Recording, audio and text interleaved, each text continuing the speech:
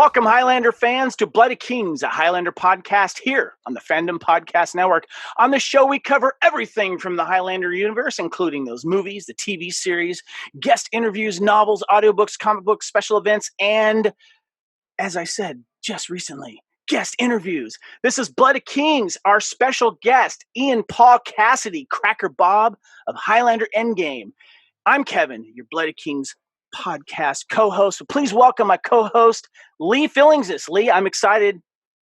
I am thrilled. This is my first interview of somebody from Highlander on the podcast. I've talked to a few people, but I'm part of the system now, man. This is great. I'm loving that we get to do this today. I'm really pumped.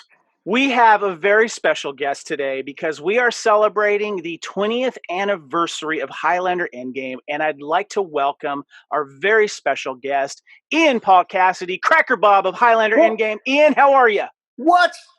I'm fine, Kevin. Thank you so much. Thank you for letting me be here. I'm excited about this. It's going to be fun. Oh, man, I'm really excited to have you. Highlander Endgame for us at Bloody Kings has a very special place in everyone's hearts. And I want to remind people that we're here because we're celebrating not only the 20th anniversary of Highlander Endgame, which debuted in theaters September 1st, 2000, but we're also going to be celebrating something very cool that Ian has done for us as Highlander fans. We'll get into that in just a moment, but we want to let the fans know for Bloody Kings, if you're interested, we're not going to be doing like a full retrospective on Endgame. We've already done that with my former co-host, Norman. We did a retrospective, we did a commentary, and then we also did a fan reaction show, and then I did a sword experience in Atlanta with Adrian Paul where the theme was Highlander Endgame, and I did an interview with him. So if you go back to Bloody Kings episodes 64, 65, 66, and 67, you can get all the cool Endgame stuff. But you know what? We're not done because we're celebrating Endgame here for its 20th anniversary. And what I was teasing earlier, Ian, was that you have what I guess we could call a virtual scrapbook that you and a friend of yours helped put together. Tell us a little bit about, first of all, who helped you and what was the origin of this? Well, I've always been a little bit sentimental, pretty much my entire life. You know, I like to document things. Back in the day, we didn't have iPhones and we weren't taking selfies or anything. So it was a lot of work. In addition to whatever project you were working on, it was kind of like, hey, let's get a few of the guys together. We'll take some pictures. I want to document this for posterity. You never know. So I got to thinking last year, first of all, I couldn't believe that it's been nearly 20 years. I mean, that's crazy to me that 20 years have gone by. And I thought, wouldn't it be interesting if I found that scrapbook? I knew I had the photo somewhere and do some kind of digital display for the 20th anniversary. So I reached out to a buddy of mine, Jamie Johnson, a graphic design specialist, and said, hey, what do you think? Can we do this? And the advantage was the camera that I used. Harvey Weinstein actually came to the set. He and Bob Weinstein came to the set and bought the cast all these amazing futuristic Advantix cameras, which at the time were, state of the art. And they took these really clear digital pictures. So it really wasn't a lot of work, but we scanned everything, obviously for digital purposes, and then, put in a little editorials here and there and a few descriptive things and blah, blah, blah, and little anecdotes here and there, and looked at it and thought, you know what, this would be kind of cool. Let's put this out for Highlander fans for the 20th anniversary. So that's it was just one of those weird moments where I just thought, that'd be kind of fun. Let's do it, That's really cool. What I find fascinating was how many pictures you took. I mean, you must have known you were on something special to do this because, and we're going to talk about this a little bit later, and we're going to tell the fans here, why we're going to be doing this, and we're going to be doing 2 episodes with you. That you documented so much cool stuff that was behind the scenes. You got pictures with almost everyone in front and a lot behind the camera. What was, at the time, what was going through your mind about this production, and why did you take advantage of that camera? I wanted to direct it, to be honest with you. I always had a secret desire to direct. Having done theater and television, and I'd already done a number of Hollywood films. I think my first Hollywood film was In the Line of Fire with Clint Eastwood. I was kind of really an extra. I was kind of a glorified day player in that, but I always had a compulsion to want to direct. I've done Hamlet like 4 times, and I want to direct my own version of the play. And so as I was shooting all of this, I was vicariously directing the film in my head. So I kind of wanted to do it chronologically. I thought what would work, what wouldn't work, capturing scenes before and after, like chronologically. I knew at the time, being a fan of movies myself, and all of those before locations and now location type of things, which I'm always a fan of. I just thought, wow, this would be kind of cool. So I got permission from some of the actors that, hey, I'm going to be taking some behind the scenes, shots. Because I had like 2 weeks, I think, between rehearsals, my rehearsal and my first shot, whereas all the other actors were working. So I would go to the set every day.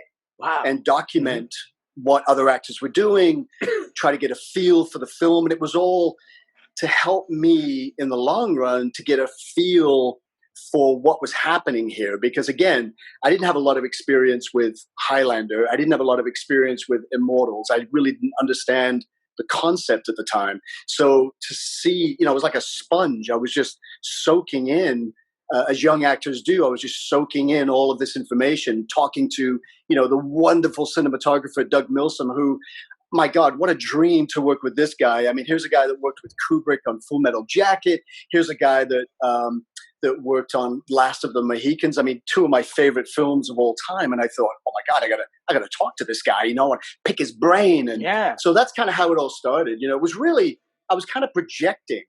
I didn't really know at the time what for. I was just in that zone. And that's what happens sometimes. Sometimes you just get inside your head and things just happen. And that was just one of the fortunate things that happened. And now, 20 years later, obviously, it's come to fruition. So it's kind of cool. Well, we're going to do something fun with this. And because one thing that Highlander fans love is behind the scenes stuff they've never seen before. And you have provided this. So if you're listening to this what was that, Lee?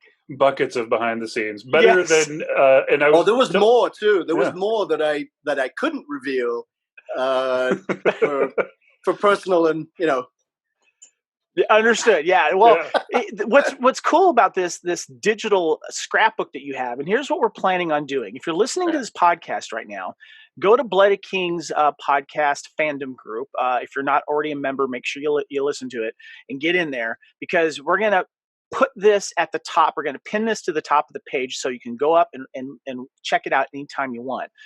This podcast you're listening to right now, we're actually going to talk to Ian about his experiences on the film itself, working with several of the actors, of course, his background. But the next podcast that you're going to hear is that we're going to go over that scrapbook, and we're going to go through the pages, kind of like an audio commentary on these wonderful memories that you did. And we're going to talk about what pages they're on, because if there's something that you say in the audio podcast that someone is listening is going to go, I want to see what that picture looks like. Then they can go to Bloody Kings, check it out, and follow along with us here, because what you have unearthed here is a treasure trove of wonderful Highlander Endgame memories that people are going to be very interested listening to. So first of all, thank you for coming on Bloody Kings. We really appreciate it. My pleasure.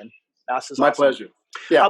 Before we move forward, though, we want to touch on some contact information. First of all, you can find Bloody Kings on our master feed on the Fandom Podcast Network, which is at fpnet.podbean.com. You can find the Fandom Podcast Network on most of your podcast catchers. Please check it out. We're also on Twitter and Instagram at Bloody Kings Podcast. Facebook, as I mentioned, where Ian's Highlander Endgame Virtual Scrapbook is going to be. Search for Bloody Kings, a Highlander fandom group. If you'd like to email us, you can email us at bloodykingspodcast@gmail.com. My name is Kevin. I'm on Twitter and Instagram at Spartan_Phoenix. Lee, where can we find you? Well, you can find me on Twitter and Instagram at The Way of the Way. I'm pretty active on Facebook and other social media, so you can find me there too. And Ian, where can fans find out more about you, or maybe try to get a hold of you? Where can they find you? Yeah, I mean, obviously Google. You could just Google me, and you'll find a treasure trove. That's a tough word to say, by the way. Fast treasure trove of information. But the usual places: Facebook, Ian Paul Cassidy; Twitter at Ian Paul Cassidy; Instagram. I think I have one of the greatest handles on Instagram for Highlander alumnus, and that is there can be only one IPC. Nice. Yeah. So I'm very happy scrolling about through that. there, you've got a gift for finding that like really great shots, all the behind the scenes stuff. And I gotta say, I am really jealous of your ability to get footage from your directors for behind the scenes stuff, because I can barely get stuff from my reel. And like, I was watching your stuff from Walker Texas Ranger. Like, you got the rehearsal stuff from that, and that's pretty cool. That's a good relationship that you can have. And well, what's great about that? Well, here's the thing: it's on a set, it is a unique experience. The people that are meant to be there are meant to be there. So when you have kind of that carte blanche as a guest star or a star or a lead or whatever, you can pretty much indulge any of your fantasies, to a point. And I thought, how cool would it be, especially for Walker Texas Ranger, because Chuck Norris. That's a whole nother story. I don't know how much time you have. Do you want me to talk a little bit about that episode, how I got it, or what happened? Please. Or? Yeah, go for Chuck it. Norris, come on, we need this. Well, here's the thing. This is what I'm talking about as far as actors and what we go through in our performance, okay? So I had just come back from Romania shooting Highlander, and my agent called and said, hey, Chuck Norris's people called and they're interested in you doing an episode of Walker Texas Ranger. And of course, at the time I was like, television, what are you, crazy? What's happening? So I thought, okay, I wanted to meet Chuck Norris. I was a huge Bruce Lee fan, huge Chuck Norris fan. And I thought, cool.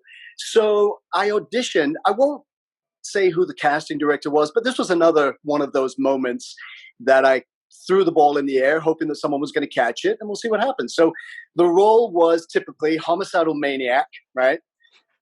So I put some fake tattoos on, had a big dog chain on and wife beater tank top type of thing, had a shaved head.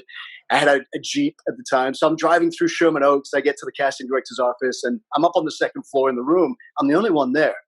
And all of a sudden this guy walks into the door frame and says, hey man, you cut me off. You took my parking spot, blah, blah, blah. And I looked at him kind of bewildered for a second. And meanwhile, I looked like a murderer. I mean, I looked like someone who's been on death row. I mean, I was pretty intimidating. And he's just telling me this. And I looked at him and thought, hang on a second, I'm auditioning. Wait outside, I'll be with you in a second, but I'm at work right now.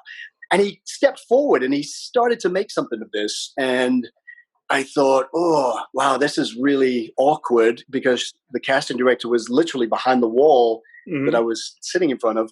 And so I stood up and I said, bro, listen, go outside. Let me do what I got to do here. And I'll meet you outside. We'll take care of this, whatever. And he came over and he pushed me, right? So it was a split second. And I thought, ooh, I can audition here without actually auditioning. So the casting director came out. And she said, what's going on here? And I said, I don't know. This gentleman is accusing me of taking his parking spot or something. So she goes, well, take it outside. This is ridiculous. I said, I'm sorry. I'm here to audition. I don't know who this guy is. And he pushed me again. So I thought, okay, I didn't hit him, but I pushed him away from me. I didn't realize how hard I pushed him, but he went flying across the room. This is a true story. Flying across the room, hit the wall, sat down, and it was almost like you could see the cartoon birds circling his head.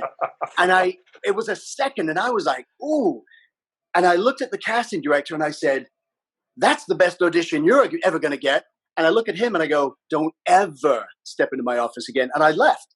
And I'm driving home thinking, wow, that was cool. It was like, oh, the energy, and it was real, and they wanted this character for the show, and it doesn't get any more real than that. And my phone rings, and my agent's on the phone. He says, Ian, how did the audition go? And I said, it went great.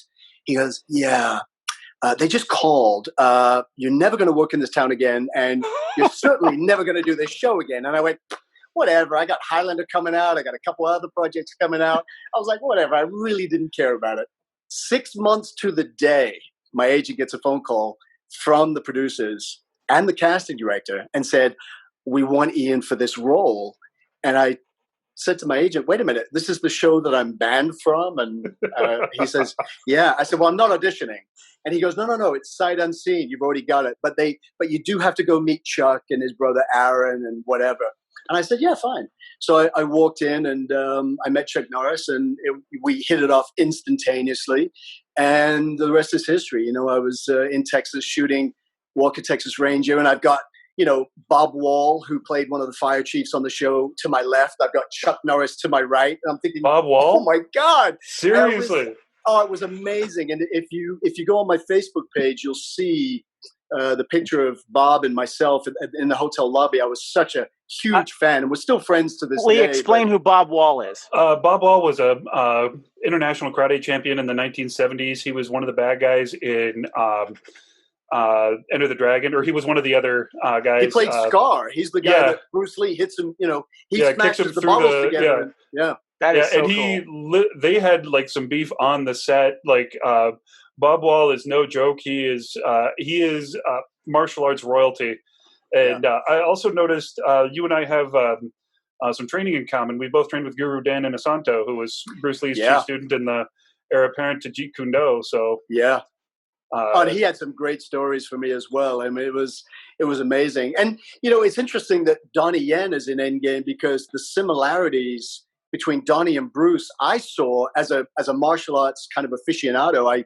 I studied kung fu as a child. I got my first black belt in Shotokan in Australia at 16.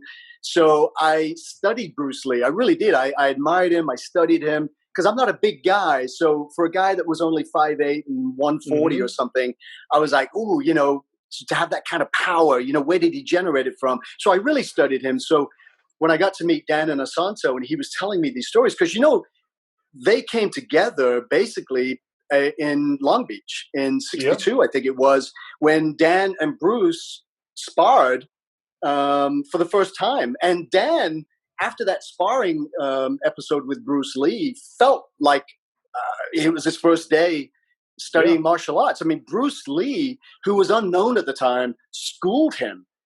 And Dan was an officiate, was a professional, he was an instructor. He was like, And he said, Bruce he's a phenomenon. I just couldn't. And if you watch that footage in Long Beach, you can see Bruce just crushing him.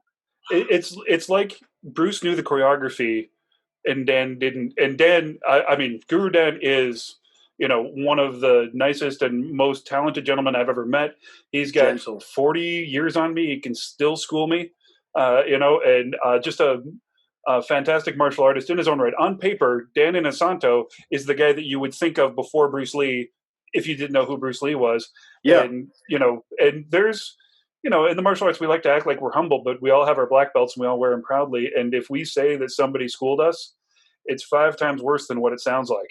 Because it's really, if anyone knows, Lee does. So it's complete honesty. You cannot lie with these people. You can't fake it. You have to know your stuff. That is so cool. Yeah.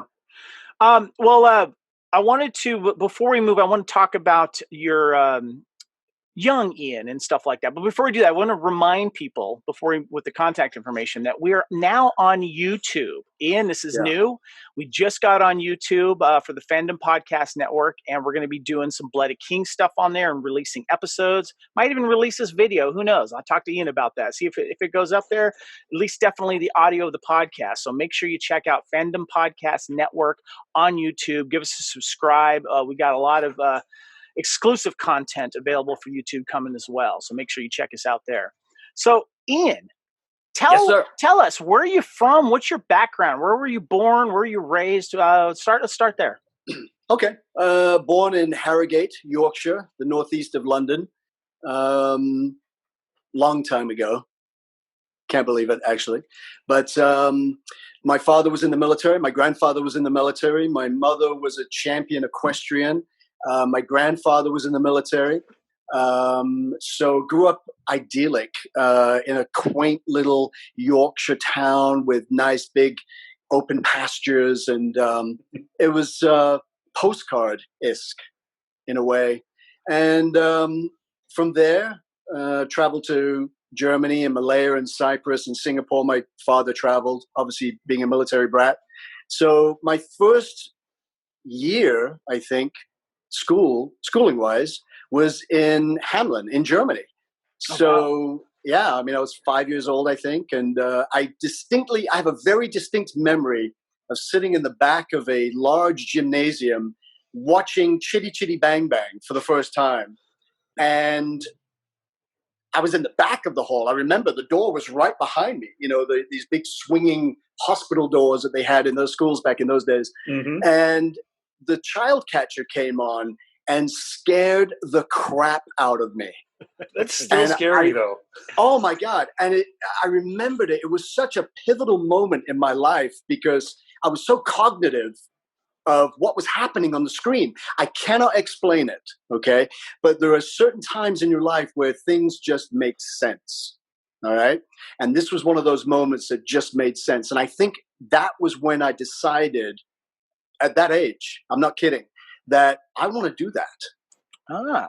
Yeah. And then I was still petrified of this child catcher who was played by the legendary Robert Helpman. And what's interesting about Robert Helpman is he was a classically trained ballet dancer from Australia, I believe. So when I found out he was just a ballet dancer playing this bad guy, I thought, I could do that. That's so cool. I wasn't scared of him anymore. God, it's funny. The reaction that you had to that film was similar to when I saw the first Invasion of the Body Snatchers and how that affected me. But let me ask you then, what were some of your other influences, in whether it was real life or on screen or maybe in literature, that also kind of shaped you into your interests and maybe going into theater and acting or whatever it is that got you into it? Well, it was the girls. I mean, all the girls.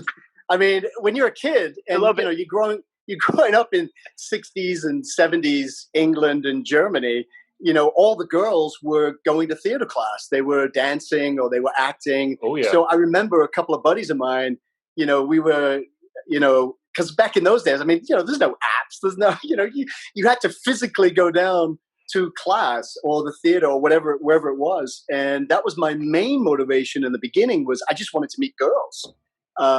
So that's how my interest started. And smart man.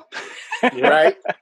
And that's why I took ballroom dance class in high school. It's like, I could just be with a bunch of sweaty dudes, or all the girls are right there. Exactly. Why do you think these guys are doing yoga? Come on. Mm-hmm. Come on. Yoga pants, yo. Yeah. No offense to anyone doing yoga. Did you have any other movie heroes or anything that else was? Not at that age. Growing up in England, I had a lot of theater heroes. So I was a massive Richard Burton, Peter O'Toole, legend. Yeah. Richard Harris. I'm old school. Those were the kind of characters and human beings that I gravitated to. They just had incredible stories. They always seemed to have these kind of hard luck / opportunistic situations in their life. Like they just happen to be walking through the West End of London and they get discovered, and the next thing you know, they're at Oxford, or the next thing you know, they're at the Old Vic. And I'm like, how does that happen? So it got me thinking that a lot of it has to do with natural ability. You have to have some kind of natural ability or talent. You can't learn a lot of these things. You either have it or you don't.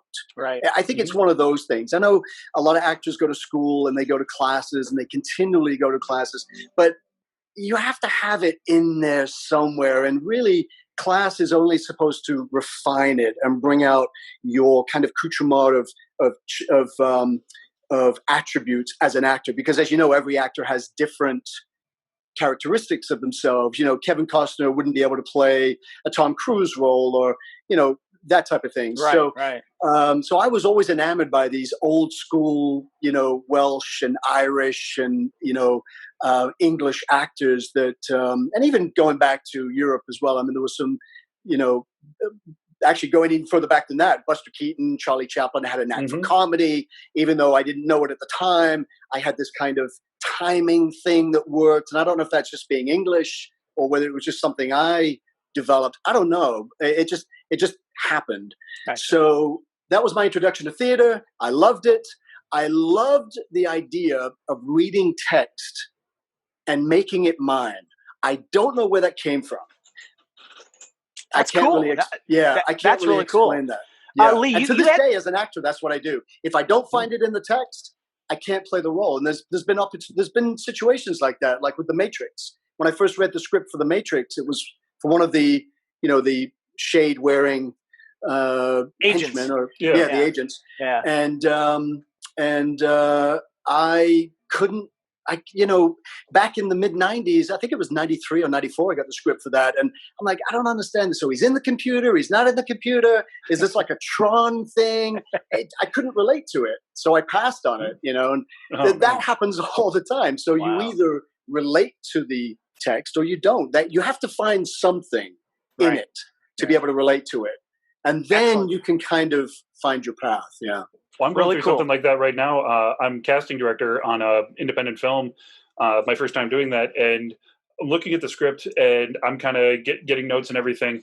And I realized that the way I'm reading one of these characters is completely different than what the writer had in mind for it. So he and I were actually talking, because like I'm looking at this guy and I'm seeing him kind of happy-go-lucky. So I'm thinking he has to be younger than the guy he's working off of. And he's like, no, this is like that old guy that never made sergeant but is sticking out his 20, so that he can retire playing a cop.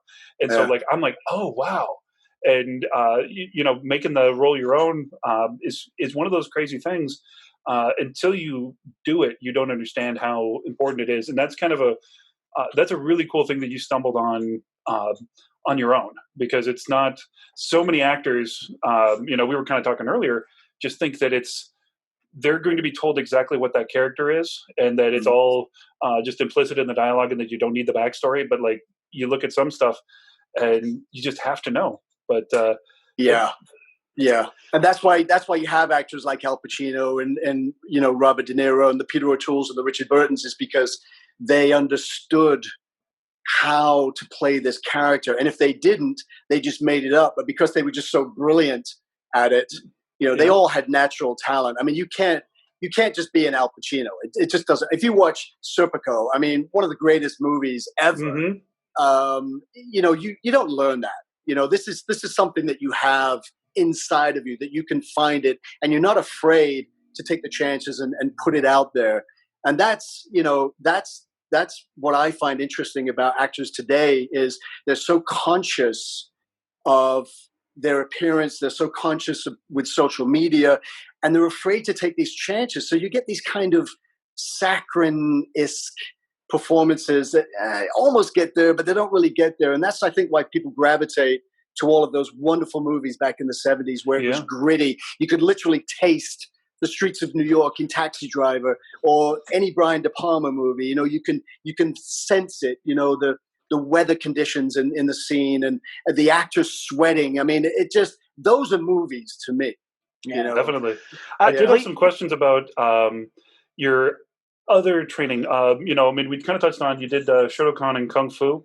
I was wondering what kind of Kung Fu, and then also what else you've done the Kung martial arts Fu was really the Kung Fu was just kind of like a couple of weeks. I wanted to see what was happening, and being a fan of Bruce Lee, I wanted to understand Wing Chun and his whole philosophical approach of being like water. You put water in a vase, it becomes a vase. You put water in a glass, it becomes a glass. It's kind of like this free form, because karate is such a block, kind of punch, kick, and it felt very stiff. It didn't feel natural to me. So I wanted to dance. I wanted to learn how to dance to be more fluid. But I took some Kung Fu classes in the beginning, and I thought, okay, I kind of got a sense of it. But then I went back to karate and kind of transitioned some of those movements into my Shotokan, and some of my sparring sessions, I remember using some Bruce Lee moves, and people were just like, "What?" Because I was 14, I think, at the time. So we're talking 74, 75, 76, 77 in that time frame. Enter the Dragon had only been out a few years. So it was fun. It kind of got me a little bit of attention, and a little light bulb went off, and I went, ooh, I can steal from Kung Fu, and I can steal from Taekwondo, and kind of incorporate it into my moves. And it looked cool at the time. When you're 14, you just want to look cool. That's the main thing. Well, I was a national champion in Taekwondo 20 years ago. Actually, right before this movie came, or right after this movie came out, 2 months later, I won my first national championship. But Wow. one of the ways I did it was Bruce Lee's front leg side kick. Yeah. I took that and some lessons that I learned from Bill Wallace. I was able to train with him. Wow, Bill Wallace. Yeah, the Superfoot and his whole the universal chamber that he does with his kick. I took that, applied it to Bruce Lee's front foot side kick. I could lay that up under somebody's chin, and they're sitting there waiting for a long bomb. You know, they're looking at me. I was there was 2 guys I ever fought that were bigger than me in that circuit.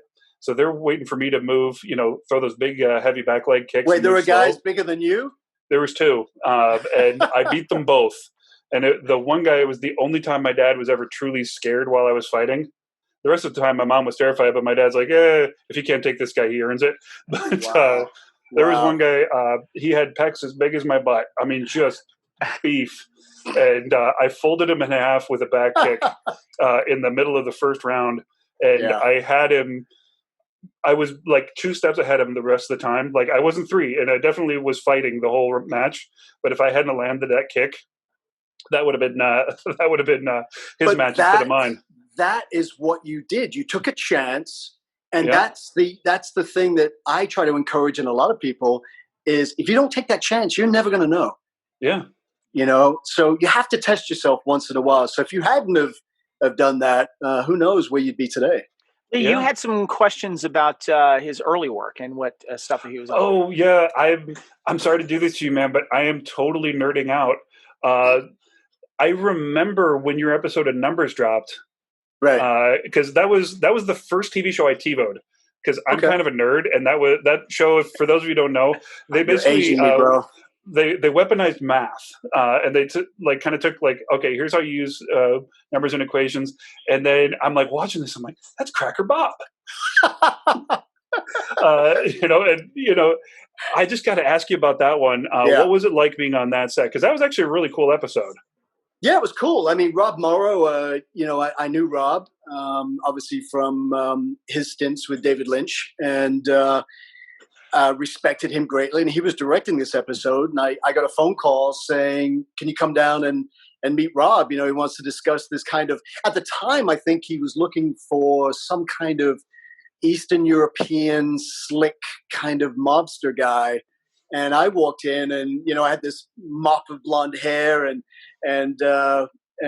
he said, "Oh yeah, that'll work."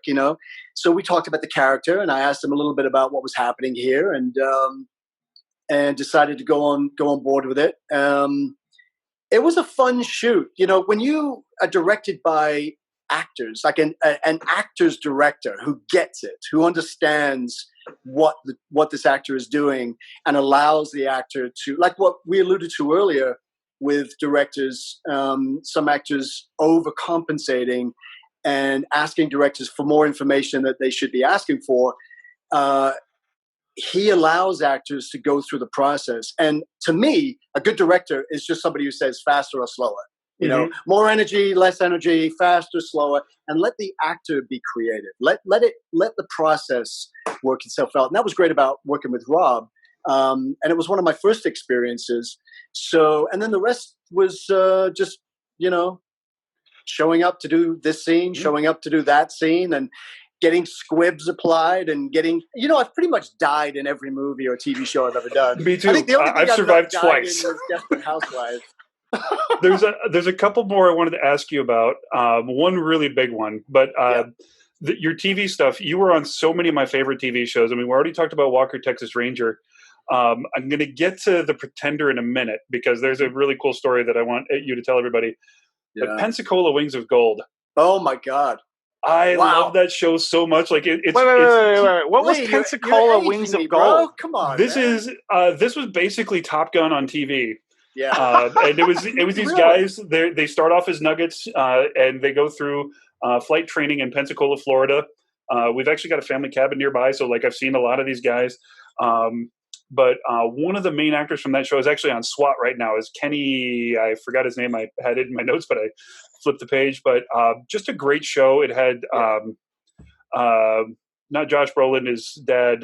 Had James Brolin. James Brolin was who, by the way, one of the greatest movies he did was basically about mocking the moon landing. Yeah. Which was my first introduction. 2 movies he did. There was that one, and the name of the movie eludes me at this point in time. Yeah, I'm trying to think of it too, but yeah.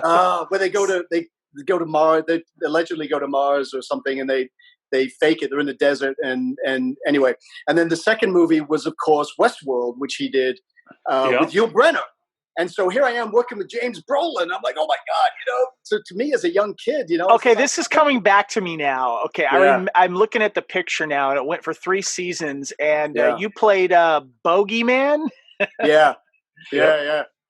And it was, here's the great thing about learning your craft as an actor, because they don't teach you this in drama school or in classes, but you learn your craft by working, being on set all the time and picking things up. And so I remember and I think the director of that episode was legendary. He had done, I think, Empire Strikes Back, just a legendary director. And I remember my process as an actor where I pull a gun on Rodney Roland, who was the lead on the show Wings of Gold. And Rod steps in, takes the gun from me, and takes me to the ground. And I remember as an actor saying to the director, wait a second, that really isn't working for me. So I'm gonna pull my gun on this guy. He's gonna step in, take it from me, throw me to the ground. And classic response. I think it was, what was his name? Oh my God. The director was Richard Compton. He'd done Babylon 5, The Gun Runner in '69, Macon County Line, Angels Die Hard. He worked on Jag, X-Files, Fugitive, Profiler, Lone Gunman. Yeah, he was Sliders. He was a legend in the business. Yeah. That's cool. And I remember him saying to me, and this was a lesson I learned very young, which helped me. He said, Ian, Rodney's the star. You're the guest star. Just die so we can get on to the next scene. Thank you very much. And I was like, wow, okay, welcome to television. So, but it was a valuable lesson, because later on when I went on to do 24, working with Kiefer, who, by the way, unbelievable talent, the most gracious, kindest actor I've ever worked with, really, who considered every cast member on that show aside from himself. If the actor working on that show, and Peter Wingfield and I worked together in that same episode, by the way, wow. which was a thrill. Mythos himself. I hadn't seen Peter since Highlander. And of course, here we are to shoot, and I show up on set, and I see the trailer, and I see Peter Wingfield. I'm like, what? And so I knock on his door. He comes out, and there's some great behind-the-scenes photos of me and Peter on my Facebook in the album, 24 album. But so that was fun. And to have Kiefer have your back, I mean, the star of the show, there was a couple of scenes that we shot, and it just wasn't working for me. I didn't understand why my character would go from this point to that point. There had to be a transition. And I remember just saying to Kiefer, look, you're the star, whatever you want, man. And he goes, no. You're an actor. I need to understand. If this doesn't work for you, we need to work this out. And I learned a lot from working with Kiefer, how to be professional, how to be courteous, how to be respectful. No matter how big a star you become or how great an actor, how many Oscars you win, you have to have that element of compassion and empathy for the people you work with, because it is a collaborative effort. Yeah. That's the thing about this industry, is everybody's coming in from different parts of the world. They're coming in from different histories and different cultures, but we have one main objective, and that main objective is to make this project work.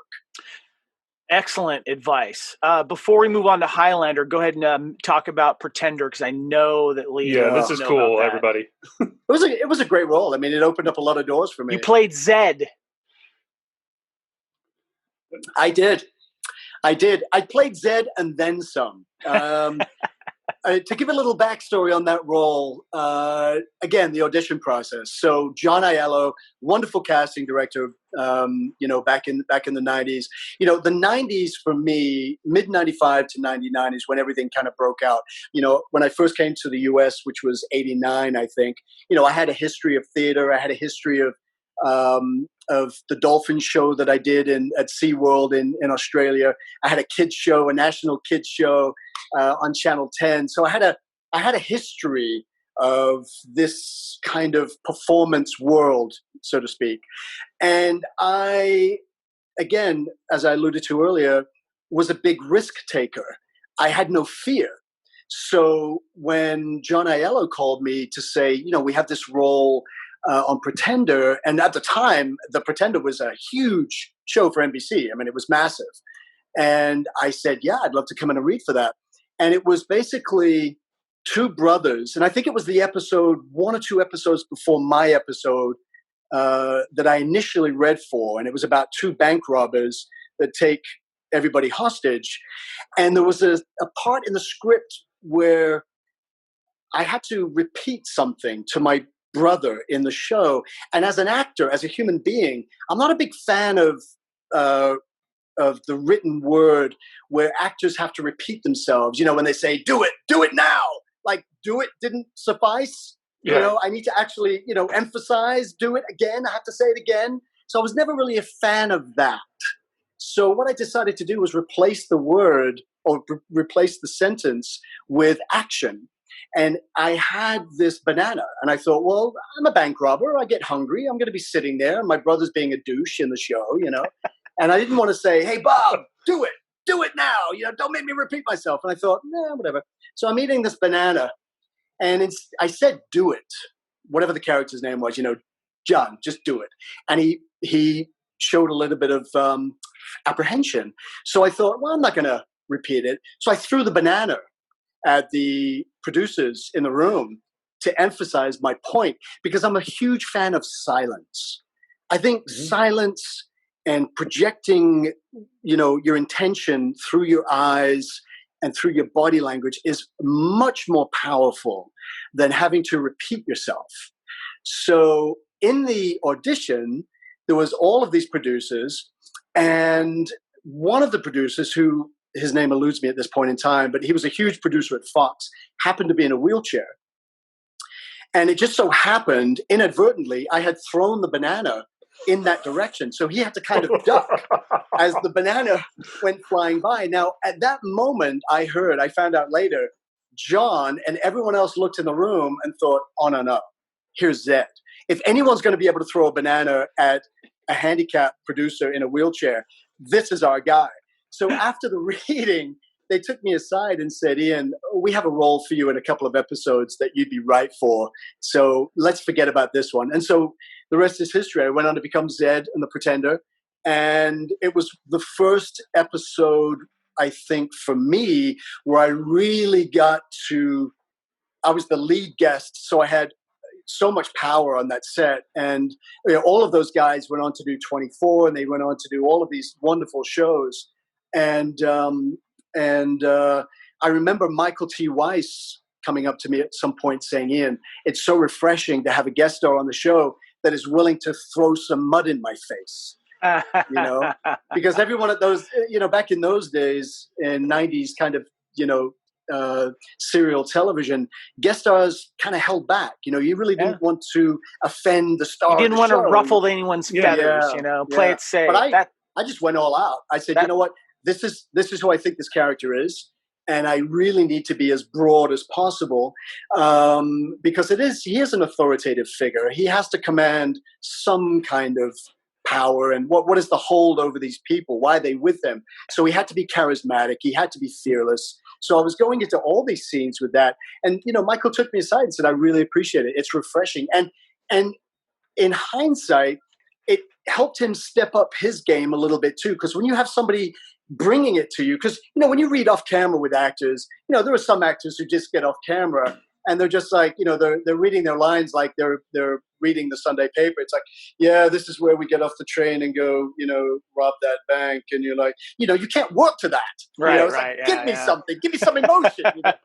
So that's awesome. As a guy that plays bad guys, I always play it like, okay, if the good guy is supposed to be a hero, he's got to do something remarkable.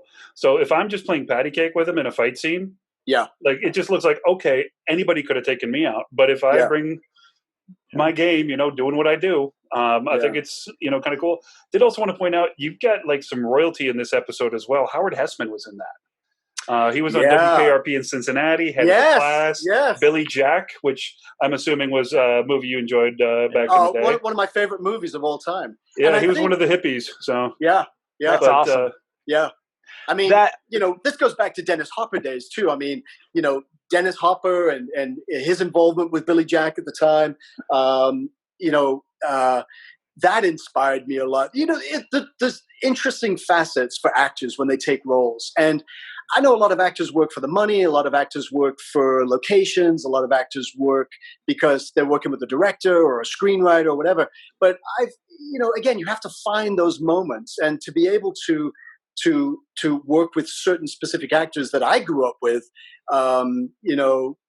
like befriending Lee Majors. I was a huge fan of the $6 Million Man growing up. I mean, as a kid, wasn't? Yeah. So when I first met him, I was just like this kid in a candy store. I was asking him all these questions, and what was it like this? And he knew Steve McQueen, I took him to dinner, and I said, "You got to tell me every Steve McQueen story you have." and we became great friends. And I remember there was a moment. I'm driving down Wilshire Boulevard, and I had a convertible at the time, and we had eaten at the Palm in Beverly Hills, and he was outside. And I said, "So Lee, how you getting back to the hotel?" And he said, I'm waiting for a cab. And it was before Lyft and Uber. And I said, no, let me drive you. I'll take you. So here I am driving down Wilshire Boulevard, and Lee Majors is sitting in my passenger seat. I'm thinking, oh my God, this is so cool, That's awesome. That is and I didn't so want to cool. be corny and take out a camera and go, "Hey, can I take a selfie while I'm driving?"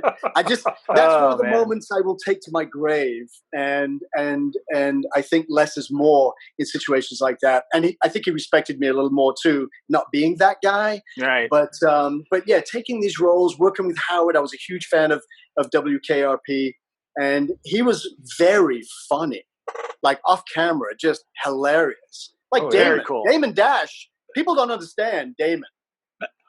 We'll get to him. Ever meet. Yeah.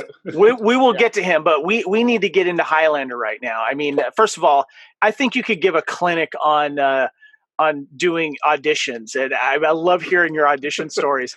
But let's get into Highlander here, because this is the reason why we're here. And I want to ask you though first, what did you know of Highlander, if anything, before you even heard about the audition for Highlander Endgame? Well, I knew obviously of the original Highlander, Russell Mulcahy's Highlander with Christoph, of course, and Sean Connery. I had seen the movie. It had been a while since I'd seen the movie, so I'd kind of forgotten the concept or the premise. So when I got the script, I think the script originally was titled Highlander World Without End. Yes. Yeah. Something like that. That was one of them, I think, yeah. Yeah. Well, Lee, speaking Latin, I think they used Roman numerals. It was Highlander 4, but it had obviously the V. And I thought, what is this? Highlander 4. And so I rented, I think I went to Blockbuster, and I rented all of the Highlander movies, 1, 2, 3, checked it all out. The one in space was a little weird for me. I thought, well, that's, I'm not really a science fiction guy. So I understood the fantasy aspect of it. And I knew what they were going with. And I just thought it was fun. I mean, movies, after all, not everything can be an Oscar-winning movie. They have to be fun, and they have to be entertaining. And I just thought, wow, this would be a fun movie to make. 800-year-old immortal, and the parameters are endless. I mean, you can pretty much do anything if you've been around for 800 years. So the audition, I can't remember the actual audition scene that I did, but I remember walking out of there thinking, I don't know. I think I auditioned for like 3 or 4 projects that day. And that one was something I thought, there's no way I'm going to get this film. And the one I did think I was going to get, I didn't get. And then when I was shooting The Pretender, which was around August of 99, I got a call from my agent. I was driving home from set saying, hey, they wanted you for Highlander. And it had been 5 months since I'd read for that. And so I thought, what? I don't remember that. What is that movie again? And then I went, oh, right. But yeah, at the time it was just understanding. And I was a fan of Christoph, actually. I mean, I had seen Tarzan, I had seen Highlander, and a couple of the movies he did. I liked him as an actor. I thought it'd be fun to work with that guy. Very cool. Very cool. Yeah. Well, let's talk about Cracker Bob. Okay, the character that you played in Highlander Endgame. But we want to specifically talk about his look, his wardrobe, bowler hat, that awesome spiked motorcycle helmet, your haircut that has CB cut in the back, your weapon of choice. It was a brand. Yeah, okay. The intention of that was to be. I wanted, and in fact, I think Daniel Parker, one of the makeup artists on the movie, suggested it to me, and I thought, wow, what a great idea! It's like being branded. It was. The intention was a brand, so that when you saw CB, when the camera dollies past my head, because you don't really see it until the dinner scene. Right. And then you see, as the camera pans by, you see CB on the back of my head. And I wanted people to understand that I was property, that I belonged, my loyalty belonged to Kel. And so the intention was behind that was that he had branded me. Ah, yes. So that's kind of what I was using. You know, kind of like Robert De Niro when he did The Untouchables. He was playing Al Capone, but he's a method guy. And he was wearing the same satin underwear that Al Capone used to wear. Now, you're not going to see that on screen, but he as an actor was using that to channel Al Capone. So that was kind of something that I used to channel my connection with Kel, with Bruce. And Bruce and I had a history. I mean, I went to RADA, he went to RADA. He's a few years older than me. And so we had an immediate connection.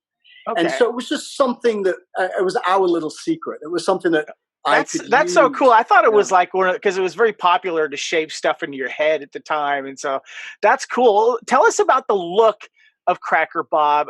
I mean, he stands out more than I think any of Kel's henchmen, if you ask me. Tell us about the background of that and what input you had, if any. Yeah, I mean, I had a lot of input, obviously, and obviously the contributions from Wendy Partridge, costume designer. Peter and William, Peter Davis, William Panzer were wonderful producers. I mean, they allowed the actors to kind of really go with whatever they felt they needed to go with for whatever character or whatever the scene called for. And it's always nice to work with professionals who understand our process. When grips show up, they know that they pull up the truck and they move this light to here and they move this flag from over here. And it's pretty obvious what their job description is. But as actors and trying to be creative and trying to delve into this imaginative world of fantasy and immortals and this, that, whatever, you have to allow some freedom with that. And again, an unfortunate series of events that led to me having the time with Wendy in the hotel, because when I was shooting Pretender, I had gotten word that I was late, that I needed to be in Romania like a week ago. So I was kind of a little nervous flying to Romania thinking, oh my God, they're already in production. I'm holding it up. They're all going to hate me. And so when I got there, it was the complete opposite. Nobody was there. I was 2 weeks earlier than anybody else. I don't know why I was given that information, but it enabled me to spend time with Wendy, who had gotten there early as well for preparing a lot of the costumes. I mean, there's so many costumes in this movie. She had a lot of work ahead of her, but I was fortunate enough to get, days with her where we would sit in our rooms and discuss time frames and time periods. And I thought my initial idea was, because flying to Romania, reading the script, I had no idea. I had no idea on the look. I had no idea visually how this character should look. So then I thought, instead of locking into one specific look, he's 800 years old. He's gone through some major transitions of power, of dynasties. He's seen everything, done everything. How do you play someone who's done everything and seen everything? So I thought, let's take some time frames individually and create, like a puzzle, and hopefully it'll all be revealed in the end. So my method was, like for example, the fur coat was, the whole Mongolian dynasty with Genghis Khan. I wanted that to reflect that I had been involved in that. My orange outfit, the Mandarin outfit. The new black, apparently. Orange is the new black, you should get some credit for coining that phrase, because somebody else has been using that recently. I'm trying to remember. I heard it somewhere. Yeah, I think it was in the title of the show. I'm not exactly sure on that show. But listen, well, to quote you, I told you I look like an effing orange. Yeah. And let me just say this: when she said that line, I thought at the time it was just a ridiculous line to say, because I did not want my character to speak. So to elaborate on your question regarding what I was thinking about this character. I didn't want him to talk. I didn't want to use my voice. I wanted it to be a visual thing. So the whole makeup and also the sideburns was just something that I thought, well, I've never seen that before. No one's ever done that. And as actors, you're trying to be creative and you're trying to be, you're trying to grab all the attention on camera, on screen. Really, you want your eyeballs to, the audience's eyeballs to focus on you. I mean, that's the goal. You're not trying to be demonstrative about it. It's kind of a subliminal thing that actors do where they try to, grab attention. Like Steve McQueen used to do it in the background where he'd be shuffling something in his hands and people would be looking at him going, what is he doing over there? Right, Meanwhile, the lead over here is giving some pertinent dialogue, So, but these are all things we learn as actors. It's part of our craft, okay? So I wanted it to be a visual thing. So the bleached hair, I just felt comfortable with bleached hair. I was going to shave it, but I had something to do after the film, so I really didn't want to lock myself into a shaved head. So I bleached it. I did the double sideburn thing because I just thought it was cool. And I wanted my face to be the stage. So the reason all my coats have these big high collars is that was my backdrop. That was my stage. Frame your face. Yeah. Yeah. So I wanted to emote. I wanted to be very, physical with my reactions and instead of speaking. That was the initial goal. But then when we went to shoot the fight scene, Doug came to me and said, Ian, you got to say something. You got to throw something out there. And I went, Doug, I don't know what kind of voice to use on this. I haven't really thought about that. I really thought of my character as a more visual than audio. And he goes, well, just say anything. Don't worry about it. And I said, okay, fine. So that was an actual improv line when I got off the bike. And of course, I spent hours and days twirling the bat and learning how to control it and try to be really cool with it. And when you're coming in off a motorcycle and you have this bat, and then to be able to twirl it and get and that cool helmet, right? I just thought, what can I say? And the only thing I could think of was, hey, did somebody order a club sandwich? So it was really a throwaway line. I thought, well, they're just going to post this and have me do some like demonic voice or something like in The Exorcist. But no, that's the wild line I gave on the set, and that's in the movie. And I've always hated that. I've always hated the fact that they just used my normal voice in this elaborate character. And I thought, I thought it was funny. It was great. And well, thank you. There's but two. As an actor, I wanted to do more. There's two things about your costume I want to talk about. And Lee, I want you to ask about the bat thing because I have questions. But one of the cool things about your costume is I'm also a fan of bowler hats here. And you chose a bowler hat, and I thought that was one of the coolest things. Tell us about the bowler hat. Well, I don't know if I can take credit for that. I think Wendy had a lot to do with that particular outfit. All I talked to Wendy about was I wanted to pay homage to Stanley Kubrick. For some reason, with this scene, the Clockwork Orange was just going through my head. I just couldn't get around it. I'm like, how is this going to work? So what was coming into my brain was Stanley Kubrick. And so we talked about that. And I said, wouldn't it be great to just pay a little homage to Kubrick in A Clockwork Orange? So that's how the concept of the color came out. I think the bowler hat was really Wendy's idea, and it was marvelous. I'm so happy and thankful that she came up with that.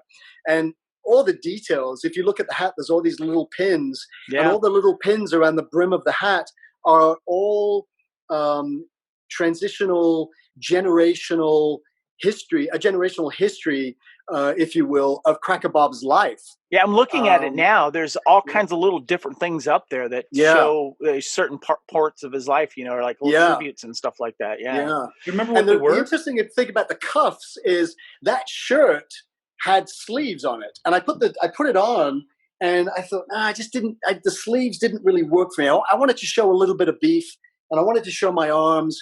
And I said, the sleeves aren't really working for me. So Wendy just cut the sleeves off, and they fell to my wrist, and I went, oh, that looks cool. I can see that because they match your shirt. That's Yes. And so those are the actual sleeves from the shirt that she just cut off, and they fell to my wrist. And so do you remember what was in the hat pins? Do you remember what was up there? No, I think it was either trophies of the victims that I had killed, or the time period that I had been through. I think that was kind of the process at the time. Okay. Yeah. Now about the bat, and I know Lee's got questions. Did Jacob Kell just not trust Cracker Bob with the sword? I've always. I guess that's one of the questions for the ages. I really don't know. I know that Cracker Bob was basically the Shemp of the posse. He was kind of the, he was the comedic relief, the adolescent, if you will. Right. He was always the one getting it. When he comes out of the nightclub and he steps out and there's Duncan waiting for him and he's like, shit, and he's like, he's alone. He's got nobody around him. He thought he was super cool. So he was kind of like the comedy relief for the posse. And the bat, I think I had mentioned to Doug at some point, I think it happened in the callback process where I saw these, that's a whole nother story too, going to the callback and seeing all these amazing martial artists and acrobats and stunt people, and they had all these incredible costumes, and they were twirling things and eating fire and whatever. And I thought, oh my God, this is incredible. I don't know if a sword really fits my character. My character is so colorful, and I couldn't think of anything. And I think we talked about it, and I think a baseball bat was something I came up with, but I didn't come up with the spikes. I don't know who came up with the spike idea, but when I first saw it, I thought, oh, yes, that's totally Cracker Bob, because he can't fight his way out of a wet paper bag. You know what I mean? So that was kind of like the secret with this character was, if he's on his own, he's screwed. He needs the rest of the posse to help him out. Now, with this, was the weapon itself, I'm assuming made of foam or something. I mean, they didn't just take a Louisville Slugger and put some spikes in it. They did. It was a real bat. And if you talk to F. Braun, who amazing individual, by the way, we nicknamed him Hard Drive because he had a plethora of knowledge about everything. God, yeah. Oh my gosh. I shout out to F. Braun McCash because he really helped with, with the fighting techniques and the history of certain weapons. So he'd ride in the van with us to rehearsals, and we would just pick his brain. Hey, F, what about this? What about that? Is this real? Could I do this? And could I do that? And he had an answer for everybody. So he was a wonderful asset to have on this film. And the bat, it was real. That was a real bat. Wow. And the only they had, I think, 3 or 4 bats. The only bat that was different with the spikes was for the close-up when I come into the scene with Duncan MacLeod, and he goes, hey, nice bat. And he pushes it into my forehead, and I'm over in the corner trying to pull the bat out of my forehead. They had springs. They had these spring-loaded spikes. So you actually had to push them in. Wow. So I was holding it with all of my strength, like holding it right up against my face. And the irony about that is they had this makeup where they had this wound, this hole in my forehead with this blood. But the indentation caused and the bruising caused from me holding the bat. I think I had that for about 2 weeks, this kind of puncture wound in the middle of my forehead. I want to tease the fans that you actually have a picture of that in your in your virtual scrapbook, which we'll touch on. So that's I kept it on. I didn't take it off. So I went back to the hotel, and we all went out, and I had this, it looked like a bullet wound in my forehead. And people were just like, what is going on with this guy? What is happening over here? And I had, the beard and the bleached hair, and I had the purple fingernail polish. So I'd be walking around Bucharest, and people would just, they'd grab their kids and run across the other side of the street. They were so, they just couldn't figure me out, Oh, man. Okay. I actually had the same thing happen to me. I was shooting a Western about 5 years ago, and I was the bad guy. I got shot right between the eyes, about exactly where your spike was. Yeah. And I left set, and I went to a convenience store, and I was tired, and I'd been in cowboy boots all day, so I'm kind of stumbling anyways. Get a soda, And I get to the counter and I'm paying for it. And the guy's like, "Whoa, dude, are you okay? So, do you need to sit down? Do you need to sit down?" I'm like, "What? No, I'm fine." He's like, dude, no, you're not. And I'm like, "What? Oh, no, I'm sorry, man. I'm an actor. That's like it was an application, but like it looked like a bullet wound." So That I is peeled it so out, funny. and the dude, That's funny. I completely forgot about that until you said that. All right, Ian, Well, I want to have a little fun with your character real quick because Yeah. you obviously have knowledge of working behind the scene of what Cracker Bob's background and stuff. However, on Highlander Wikipedia, we're gonna have a little fun here because fans have come up with their own background, and I want to Really? yes, and it's Okay. I'm gonna believe it's a lot different than from what you think is his background or what you know of. So I want to read it to you here. First of all, according to Highlander Wikipedia, Cracker Bob was born in Atlanta in 1895, and in 1925 he was stabbed in a fight, which we'll get to. Your teacher was obviously Jacob Kell, and you were deceased in the year of 2004 because apparently Highlander Endgame took place a little bit in the future. Mm-hmm. But here's the thing. It says Cracker Bob has an explosive and eccentric personality. It is unknown to where he originally came from or what his real name was. He met immortal Jacob Kell in Georgia in 1931, traveled through the South. Kell recognized Bob as a latent immortal. When Bob proposed to lead him to his next destination, Kell accepted. Curious to see what the latter was preparing for him. At the city's exit, Bob tried to rob him, but Kell defeated him easily, causing Cracker Bob's first death. Amused, Kell decided to keep him close, with Bob becoming the second member of his group after Jinkei. He joined the former priest in pursuing a centuries-long vendetta against Connor McLeod. Wow. Cracker Bob's weapon of choice became a heavy wooden club covered in spikes, and he wore eccentric clothes. In 2004, he was the second member of the gang to be executed by Kell in the group's Last Supper before being beheaded. Bob could do nothing but smile as Kell realized the other members had been tricked. So what do you think of this backstory? That's information that would have been helpful to me as I was flying to Romania to kind of get a grasp on what this character was about. That would have been extremely helpful to me. Wow, that's deep, Isn't it? And that's where does that come from? That's on Fans? Highlander Wikipedia. Basically, they have a whole section of immortals throughout the entire Highlander universe.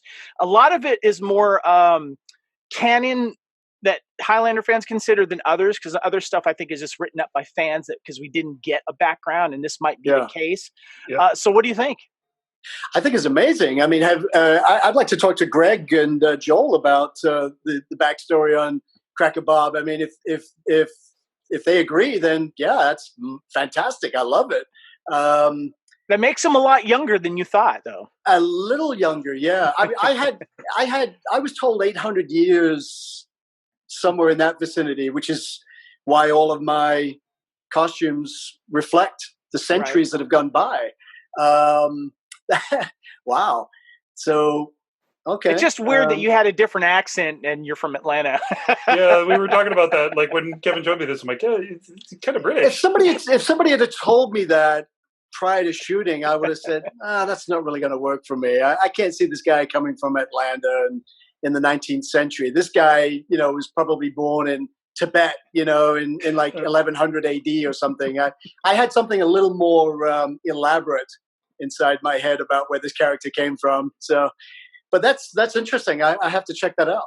That's cool. All right. I didn't know Cracker Bob was such a prominent character in this film. I didn't know. Well, I mean, his quotable lines in Highlander. I know that with fans of the card game in the late 90s and early 2000s, I think there was a virtual card that was made of your character, believe it or not. So yeah. I would love to see that. Yeah, I'll have to pull it up for you. Yeah, because I remember one specifically. So, but let's talk about your Kell gang here. Your fellow co-stars. Of course, you got Donnie Yen, Jinkei. Well, I want to definitely elaborate on him. You got Damon Dash, who played Carlos. Is it Orias? How do you say his? Oris. As Winston, and then Duncan MacLeod, or shall we say Adrian Paul's martial arts instructor, Vernon Rita, who played Manny. Tell us about tell us about hanging out with these guys.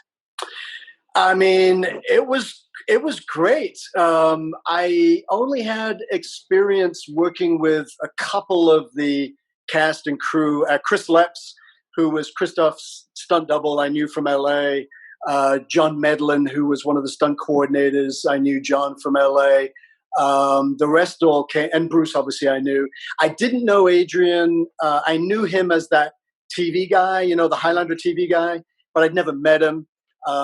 Damon was Jay-Z's producing partner at Rockefeller and was responsible for literally making Jay-Z the huge star that he is. So I didn't really know Damon that well. I'd heard about Donnie, never met him, hadn't really seen any of his films. I think Highlander was his first foray. It was his first American or English-speaking role, yeah. Yeah. And it was funny. The rehearsals were interesting because there was really no. I mean, there was a game plan on how to do this, but blocking it, the techniques that were going to be used, because each character had a different fighting style, so they had to incorporate the different fighting styles in this massive master shot in the loft. And then you had this guy with a baseball bat. And it was like, well, what is this guy going to do? How are we going to figure this out?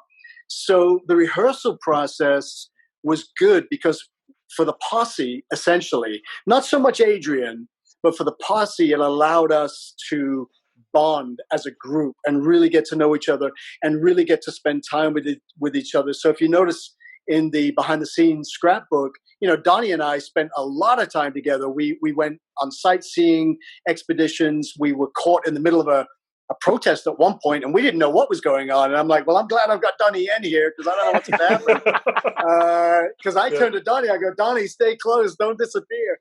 And of course, you've got me with this, weird looking facial hair and because I kind of went in character. So when I was out and about in my normal street clothes, people just stayed away from me. They couldn't really figure me out. So that helped, but it helped us bond. And we, over the course, I think we had several weeks, maybe even a month of rehearsals before we got into that master shot.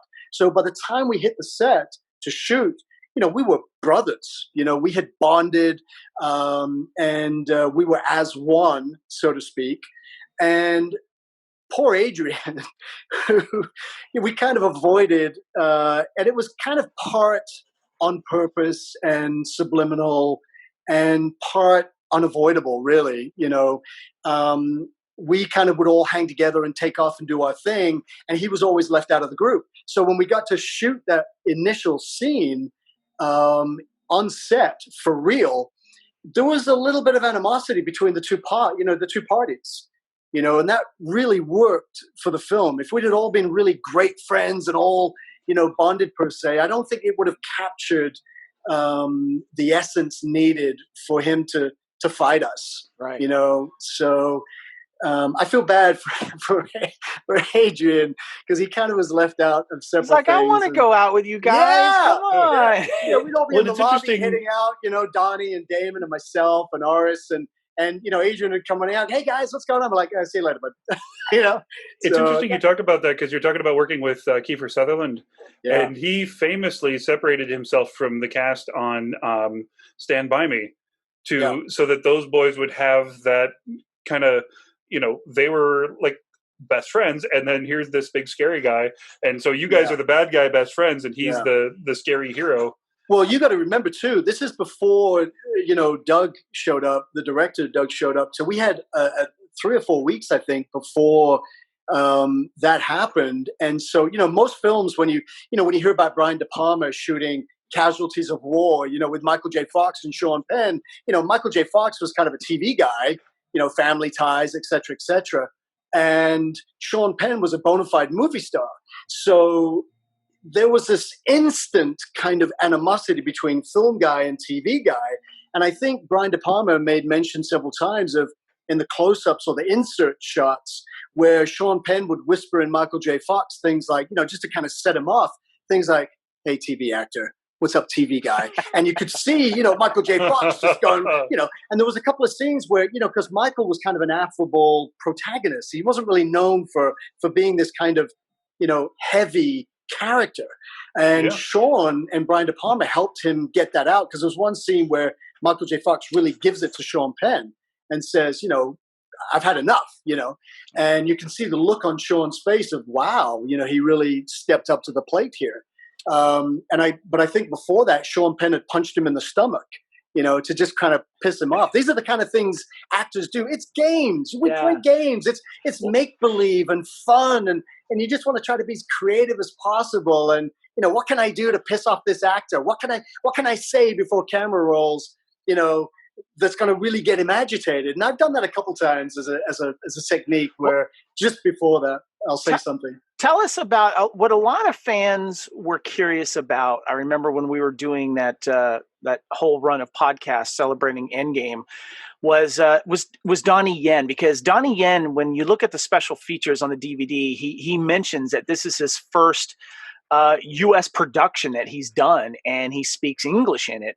But he's obviously known for his martial arts. He actually worked on martial arts choreography, specifically too with Adrian. Tell us what kind of guy he is when he's not Donnie Yen, martial arts expert. Well, I don't know. He is obviously he's a wonderful actor. He's a generous human being.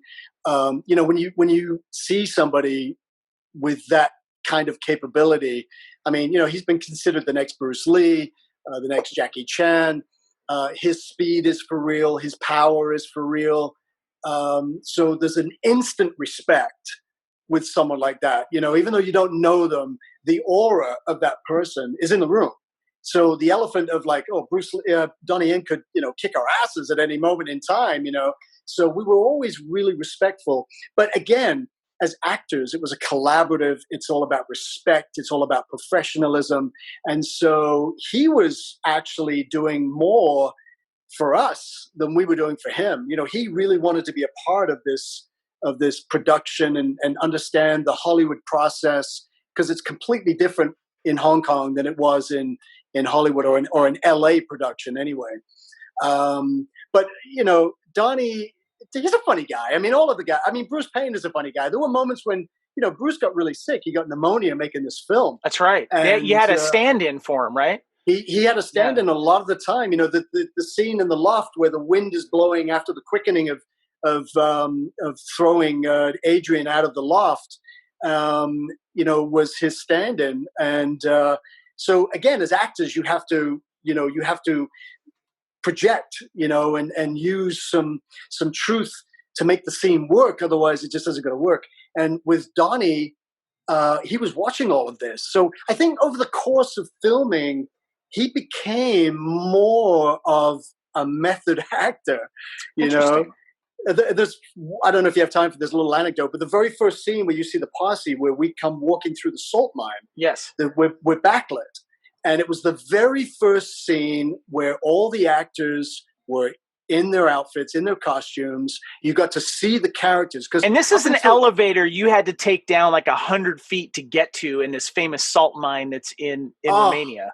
It was incredible. I mean, first of all, we were all out the night before having a great time, eating and drinking, just having a blast. All these young actors in Bucharest on Dimension Money. It was fantastic, So we rented, Damon rented all these Mercedes Benzes, and, he had people come in from New York. We had, Kanye West, I think, had flown in, and Benny Siegel had flown in, all these guys that went on to do great things. And so we drove out to this location, and there's actually a photo, I think, in the scrapbook of Damon and myself posing with the Border Patrol, the security guards out there, the police. So we were nervous. I said to Damon, take all your jewelry off. I don't know what's happening here. We're getting stopped. So we posed, we took pictures, and they were all happy to take pictures with us. We get to this location, and it was disgusting, okay? It was just this huge landfill with mud and dirt and debris, and they had the base camp set up there, and we're like, what is going on? And we didn't see anything, because I'm looking around and I'm like, where are we going to shoot this? I was then told that we were going to go down this rickety elevator, which was about 8 feet by 8 feet, if that. Yeah. And it was literally, I just envisioned these guys up on the top, like in, in 300, where they're just walking around this wheel, this Roman wheel as they're lifting the elevator up and down. It was scary, and every piece of that equipment was taken down individually, over the course of a couple of weeks. And it was cold. And but this is the first time you guys are all together as a posse. Yeah. So we all got out of our trailers, of course. We're in our outfits, and I've got this, this fur coat on, and I'm naked underneath, and I've got this big, this real chain around my neck, and I kind of bust out of my door, like, hey guys, look at me, and they're like, what? Are you crazy? So Donnie saw this, and if you see in that shot, Donnie has got all these. He wanted all these tight-fitting Gucci jackets and motorcycle jackets, and they look really tight-fitting and nice. And he saw me, and he's like, "You're gonna wear that, huh?" And I said, "Yeah, man." So that first scene where we're walking to camera, you got this fur coat bouncing on me, my chest bouncing around, and he just kind of looked and went, "Okay." And then if you watch the movie from beginning to end, you'll notice Donnie starts to get more and more naked. As the movie progresses. I think in one of the final shots, he's wearing like a see-through shirt. He has nothing else. Yeah, just a see-through shirt and that jacket. Yeah. I said, welcome to Hollywood, Donnie. I will say I do want Donnie's jacket in that movie. That one's a classic. Yeah. Yeah, it was all beautifully tailored by Wendy. And it was all, Gucci and Calvin Klein, and it was amazing. But, for film, you've got to kind of, take some chances and take a little risk. And so when he saw me naked under the fur coat, he went, "Okay, I think I know where I'm going to go with this character for the rest of the movie." We laughed about that. You touched on that scene. I wanted to ask you because before I get into your working with some of your other co-stars and such, what was your most memorable scene to film as Cracker Bob, or did it make it into the movie? Wow. No, it didn't. I think the jousting scene for me was fun. I really enjoyed shooting that. And I thought, wow, I've never seen this on film before. You see it in all of the, is this the motorcycle thing? Yeah. The quad bikes. And, that took a lot of coordination. And, Dominic Foussier, who was one of the, stunt coordinators and actually is Robert De Niro's stunt double. If you watch Ronin, Dominic is the one driving all the cars and doubles for Robert De Niro. So here's this French legend showing me how to ride this ATV. And I had some experience with motorcycles, and we set it up, and it was all night shoot. So there was a certain, je ne sais quoi, with the atmosphere, and everything just seemed right. It was Romania, home of Vlad the Impaler and Bram Stoker's fictional Dracula, and it was, foggy and cold and damp, and it just had this element of like, oh, this is perfect. So they came to this jousting scene, and I thought, oh, this is going to be fantastic. How are we going to shoot this? And they had me in this big collar, this big spine, like, reptilian spine thing around my neck, because we were doing it for real, for practice. Right. That was the intention, was how we practiced. And so with this steel guard on our necks, our heads couldn't come off, but we were doing it for real. And I remember being on the quad, and they couldn't figure out how to get the close-up of the sword hitting my neck and my head going back, like I took the impact from Vernon's character. Mm-hmm. So I remember saying to Doug, well, just let me do it. Let me do it myself. And I wasn't comfortable with somebody putting a sword to my throat at the time while on a motorcycle. So I thought, well, for the interest of staying alive, let me do this myself, and I can control it. So I would just ride the motorcycle. It was all close up of me, so it didn't matter how far I had to go or how fast I was going. And then I would literally just take the sword and just go like this myself, and then just do a couple of these. Right, and right. Whichever one worked is the one they kept. So I really was proud of that scene, and it never made it into the movie. I think it's in the deleted section. But Right. I don't know why they never used it. I think it may have had something to do with the dialogue or the sound quality or what else was shot with Donnie and Lisa. I think they had a couple scenes off to the side. So, and we were just supposed to be doing this in the background, like a little backstory on the posse, bonding and playing around type of thing. I can sympathize. My first joust, my only jousting scene, I had to joust against myself because I was the only person on set that knew how to ride a horse. And so I was in both sets of armor. And so like they tried to do a composite shot of me riding this way and then me riding that way in different armor. And then I had to ride towards a lance that was mounted on a ladder that was tall enough that it would hit my shield. And then I had to launch myself out of the saddle, even though I'm not being hit with enough weight to get me out of this saddle. It was, and August in Iowa, heat stroke was the first time I ever had that. But that was a crazy set, but a lot of fun. But yeah, my only jousting scene is lost in the cutting room floor as well. Oh gosh! No, I'm sure. Don't cut the jousting scenes, guys. Come on. we gotta find it now. Yeah. So I want to ask you, watching this, please go and find that. Ian, I want to ask you about one of your co-stars, Lisa Barbusha, who played Kate McLeod / Faith. What was it like working with her? She was great. In fact, everybody, the entire cast and crew, everybody was fantastic. Everybody bonded. There was a lot of, British contingency on this film. I mean, Lisa, Nick Alder, amazing special effects, Alien, Braveheart. I think he won an Oscar for Alien. Doug Milsom, Joe Dunn, the stunt coordinator, who was Peter Sellers' stunt double in all of the Pink Panther movies, and went on to do like so many. He was an Alien, right? Or did he work on Alien? Who was an Alien? Joe Dunn. Didn't he do some of the stunt work on that? I don't think he did the stunt work on Alien, but I know he did. I know he did stunt work on two of my favorite TV shows of all time. One is the original Avengers with Patrick McNee and Diana Rigg, and the other one is The Professionals with Lewis Collins. When I was growing up watching The Professionals, I thought that guy is the coolest guy ever. He and Martin Short, along with Gordon Jackson, who you remember from The Great Escape with Steve McQueen, all these legendary British actors. But Lewis Collins, I thought, wow, what a cool essence this guy had. So to work with Joe Dunn, who had worked with all of these people, vicariously, we all kind of bonded immediately. And Lisa, she had done a Matthew Perry movie, I think, that had come out several years before or that year, which was a huge movie for her. So I really didn't know much about her other than that film. But she was gracious. She was very generous with her time. We went on sightseeing trips, I think, in the behind the scenes. We went to Dracula's Castle together.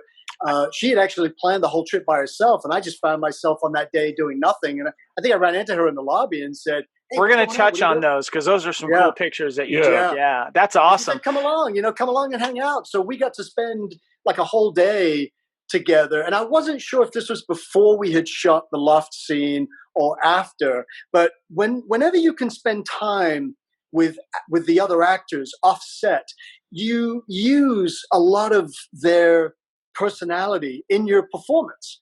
So there are things that happen off camera that you can actually, use, even though it's a character that you're playing to, it's still the person. The essence of that person is still there. Right. So there was a lot of that day that I spent with Lisa, the day I got to know a lot more about her, that I was able to use in my performance, especially with the dinner scene, with the Last Supper, that a lot of people had trouble understanding the concept of the Last Supper. I mean, bread and wine on the table is indication enough what is about to happen here. Okay, Not complicated. I wanted to ask you about Peter Davis and William Panzer.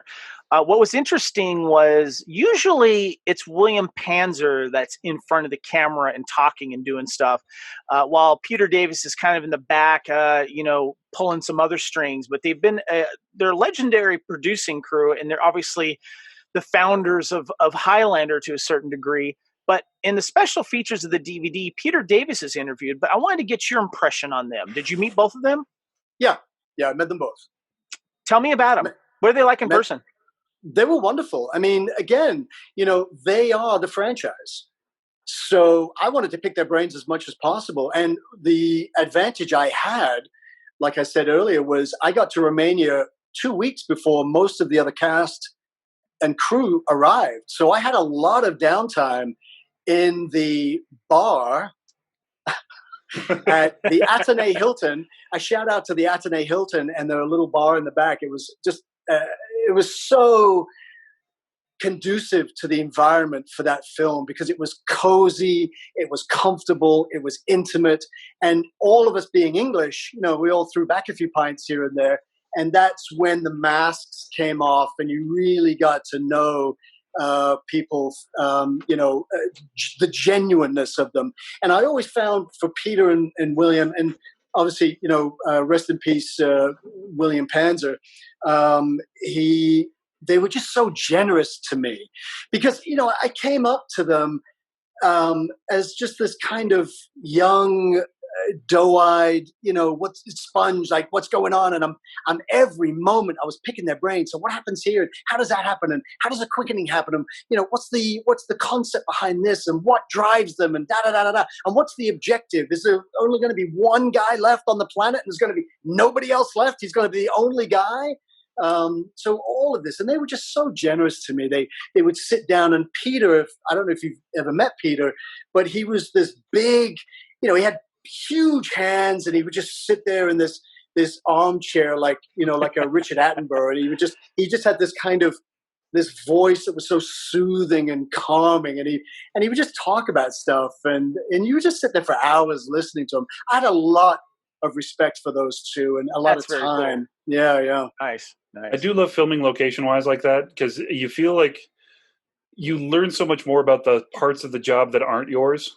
Yeah, I shot a horror movie 2 years ago, and it was it was a ripoff, but we were up at the at this old campground, and we had rented the cabins, and everyone was as soon as somebody said that's a wrap, we would just descend on a campfire. We would make sure there was no booze left in the morning so that we'd have to go and get some more. And it was because we would wait until crew was done before we'd start drinking. We forgot to the first night and then realized, oh, wow, there's 20 other people here that haven't been drinking and having fun. So we'd actually help them out. And I don't think I've ever been on a set that was more conducive to working, because usually that camera is the dividing line. Yeah. As a stunt coordinator, I cross that line a lot. But as an actor, I'm on this side, crew's on that side. And this was really a good chance because you know a few guys on crew, but everyone kind of stays to their side of the camera. And this was one of those where we really got to do that. It sounds like, just from your stories and from going through the scrapbook, you just made a note about the salt mines, about getting there, and all the equipment was already down and you're recognizing that the crew is doing all this work, and those guys don't get enough love. And I really appreciate that you threw that out to them because I think a lot of that has to do with my theater background too, because when I first started out as a young man in theater, I started in the ticket booth. I started, behind the stage. I would help build sets, construct sets, sell tickets, basically a gopher, a production assistant, if you will. But I think that instilled in me the whole collaborative effort. And to this day, as an actor, I still gravitate more towards the crew than I do to my fellow actors, because we're peers. But there's already an unspoken word about where we are in our lives, in our careers. But crew members always have the greatest stories. They're always fun to hang out with.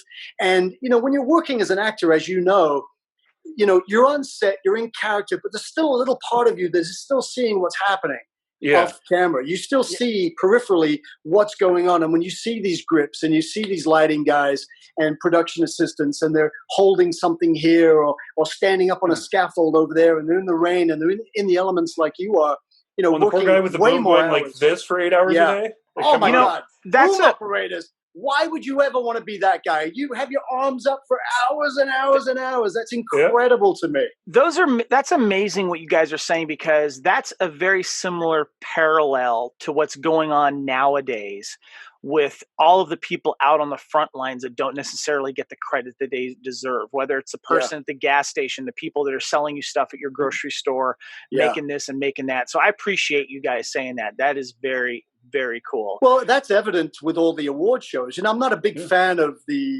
self-adulation, and it's very subjective to give, in my opinion, best actor, best actress, best supporting, whatever. Everybody works hard, and I don't know how that really is determined, because no actor can take credit for any performance solely. I've never met an actor yet that hasn't been directed at some point, or hasn't been influenced at some point, hasn't mimicked. I think Al Pacino mimicked Paul Mooney from the original 1932 Scarface. I mean, he admits that. And you think, wow, Al Pacino, one of the greatest actors, but all he wanted to do was imitate Paul Mooney. And it was his way of respecting what Paul Mooney did as an actor. And so, flattery is wonderful and all that, but how you can take credit as an actor for a performance is very difficult for me to understand. And I think a lot of these award shows should have stunts and behind the scenes and production. That's one of the things I've been saying for years. I hope that they will eventually get into the stunt category for Oscars. I hope so. I mean, if anything about what's happening today in the world, any changes that need to be made, I think that should be one of them in the industry. A lot of people work hard and they don't get the credit. And here's another interesting aspect of that. Actors always take credit for their performance, and will say to the director, thank you to the director, whoever the director was at the time. But for the bad performances, it's always on the actor. When audiences see actors in movies and TV, nobody ever says, wow, that's a really bad performance. I can't believe the actor made those choices. But a lot of that has to do with the director too. Yeah. So, it's interesting you bring that up. Kevin just did a podcast talking about Showgirls. And Paul Verhoeven actually is on the record as saying he encouraged Jessie Spano to overact in the way that she was overacting, Elizabeth Berkley. Yeah. And, there's, when you see those, as an actor, it's like, I've gotten direction that I didn't agree with. And sometimes it was right. And a lot of times it just wasn't a good performance, whether, I couldn't get to where they wanted me with that, or it was just not somewhere that could be gotten. My gosh. I mean, that is one of the things, as you know, people who are fans of movies and television, they don't really understand what it took to get to that point in the scene as a character. Like with the loft scene, the loft in the beginning of the movie of Endgame was beautiful. It was pristine. It was amazing. It was a piece of art. But by the time we blew it up and destroyed it, and it was covered in ash and dirt and paper and litter, and they had the fan blowing in our face, and all that dirt was going in our face, and we shot it 3 months later for close-ups, to get up in your hotel suite where it's a beautiful 74 degrees, it's comfortable, to go out to a cold, desolate, decrepit set, and to get back into that mindset of where you were 3 months prior when you shot the original master, it's extremely difficult. So you have to find motivation to do that. And every actor has those stories. But I will say this, for me, I much prefer shooting on location, because to me, that's when really everybody is in that collaborative state of mind. When you shoot in LA on a sound stage, everybody goes home at night. They drive their own car. They go back to their own home. Right. You don't really feel the same as you do on location, where everyone's in the trenches together. Everyone's experiencing the good and the bad together. And I think shooting on location, directors much more, I think they push for that more, because they know that they're going to get better performances out of their actors, knowing that outside of this set is either a desert, or it's an ocean, or it's, some bombed out, decrepit part of town, as opposed to, Warner Brothers. We walk across the street and get a Subway sandwich. We're going a little long here, but that's okay. This has been so cool, Ian. But there's a few more questions that I have to ask you before we let people know about the next podcast, and we're going to dive more deep into your virtual scrapbook here of Endgame. First of all, I want to ask you a story, and I want to tell it in this podcast. Jim Burns. Right. Obviously one of the co-stars of the film. You guys found out that he was playing somewhere. You got to tell that story real quick. Yeah. And again, I didn't know much about Jim. I hadn't seen the TV show. I knew that he had worked on Wise Guy, which was another one of my favorite shows back in the day. Great show. And so I peripherally, I kind of knew, but I didn't know that he was this legendary blues guy, this guitar player and singer from Canada. I had no idea. So I think what happened was, and I want to blame Daniel Parker again. It might have been Daniel. I don't really know. Daniel was quite an instigator, but we heard that he was playing in town. He had a gig, and Romania and Bucharest specifically have all these amazing underground, cavernous, castle-like, dungeony clubs. It's fantastic. I mean, the aesthetics of some of these clubs were just like, wow, you couldn't build this. So we went down there. We all heard he was playing, so everybody wanted to go see him and bond and be like, oh, yeah, let's experience this. And so we're there, and he's playing, and I'm like, wow, this is great. And I was a drummer, and I think I'd mentioned it to one of the other cast, and that got back to either Jim or Daniel, somebody, I don't know. But the next thing I know, I'm up on stage playing with Jim, on the drum set, and I think we played 4 or 5 songs, or maybe 2 or 3, something like that. That is so cool. It was awesome. It was so surreal. And there's a picture, I think, in the scrapbook where my head's down and I'm kind of laughing, and Daniel is right here saying, "Oh man, that was great." I'm like, "Oh dude, I feel terrible. I just feel so bad about invading Jim's set." But Jim was very gracious and very kind. That's so cool. And allowing me to play, and I could have been terrible. I have no idea. You have to, when you see Jim next time, you have to ask him. If I don't remember if I was good or bad. I would have, I recently interviewed him back in March for the convention that we had for Peter Wingfield, and he was wonderful. If I would have known that would have been awesome. But yeah, I'll ask him next time if we chat. That's awesome. I got to ask you, meeting Christopher Lambert. I don't think you shared any scenes with him, but tell me about that. Oh, well, I mean, my era, he was that guy that I looked up to as an actor. I mean, the original Highlander was great. I was a huge fan of Tarzan. So I knew of him, So whenever you're working on a movie and it does have a major star in it, whether it be an actor or whether it be the director, there's always that heightened element of excitement because it just brings more layers to the production. If it's all an unknown cast and all unknown directors and producers, you kind of have to find your way and maybe find some motivation in the story. But when you're working with a legend, it's easy. It's so easy. So again, I didn't have any scenes with him, but I spent a lot of time with him off camera, and eventually over time, this whole thing, the Cracker Bob thing, I would get him to do it. We'd go out with the cast and we'd eat and whatever. And I go, "Christoph, do the Cracker Bob," and we do this. And I thought, yes, this is so cool. Hand, I got Christoph Lambert to do the Cracker Bob. But he was, again, ultimate professional, ultimate generosity, the kindest human being, so patient because, in Europe, he's huge. Yeah. Mm-hmm. Okay. So it's like, the Secret Service needed to be with him when we went out because everybody knew who he was. So it really was fun. And it just brought another element of flair to the production that we had this huge star on the, it would almost be like Sean Connery being there. That's so cool. Yeah. I mean, that would have been the only thing that would have made it better was if Sean Connery came up and did a cameo and you're like, holy crap, it's Sean Connery. Mm-hmm. Thoughts on working with Adrian Paul? Didn't know him. Didn't have much experience with his work. again, I was aware of the character that he was playing, and it was kind of his introduction from the TV series into the film world of Highlander. So I know there was a transitional thing happening here, almost the passing of the torch, so to speak. It was very important to Adrian. I know he felt a lot of the pressure and a lot of the stress because it was a huge starring role.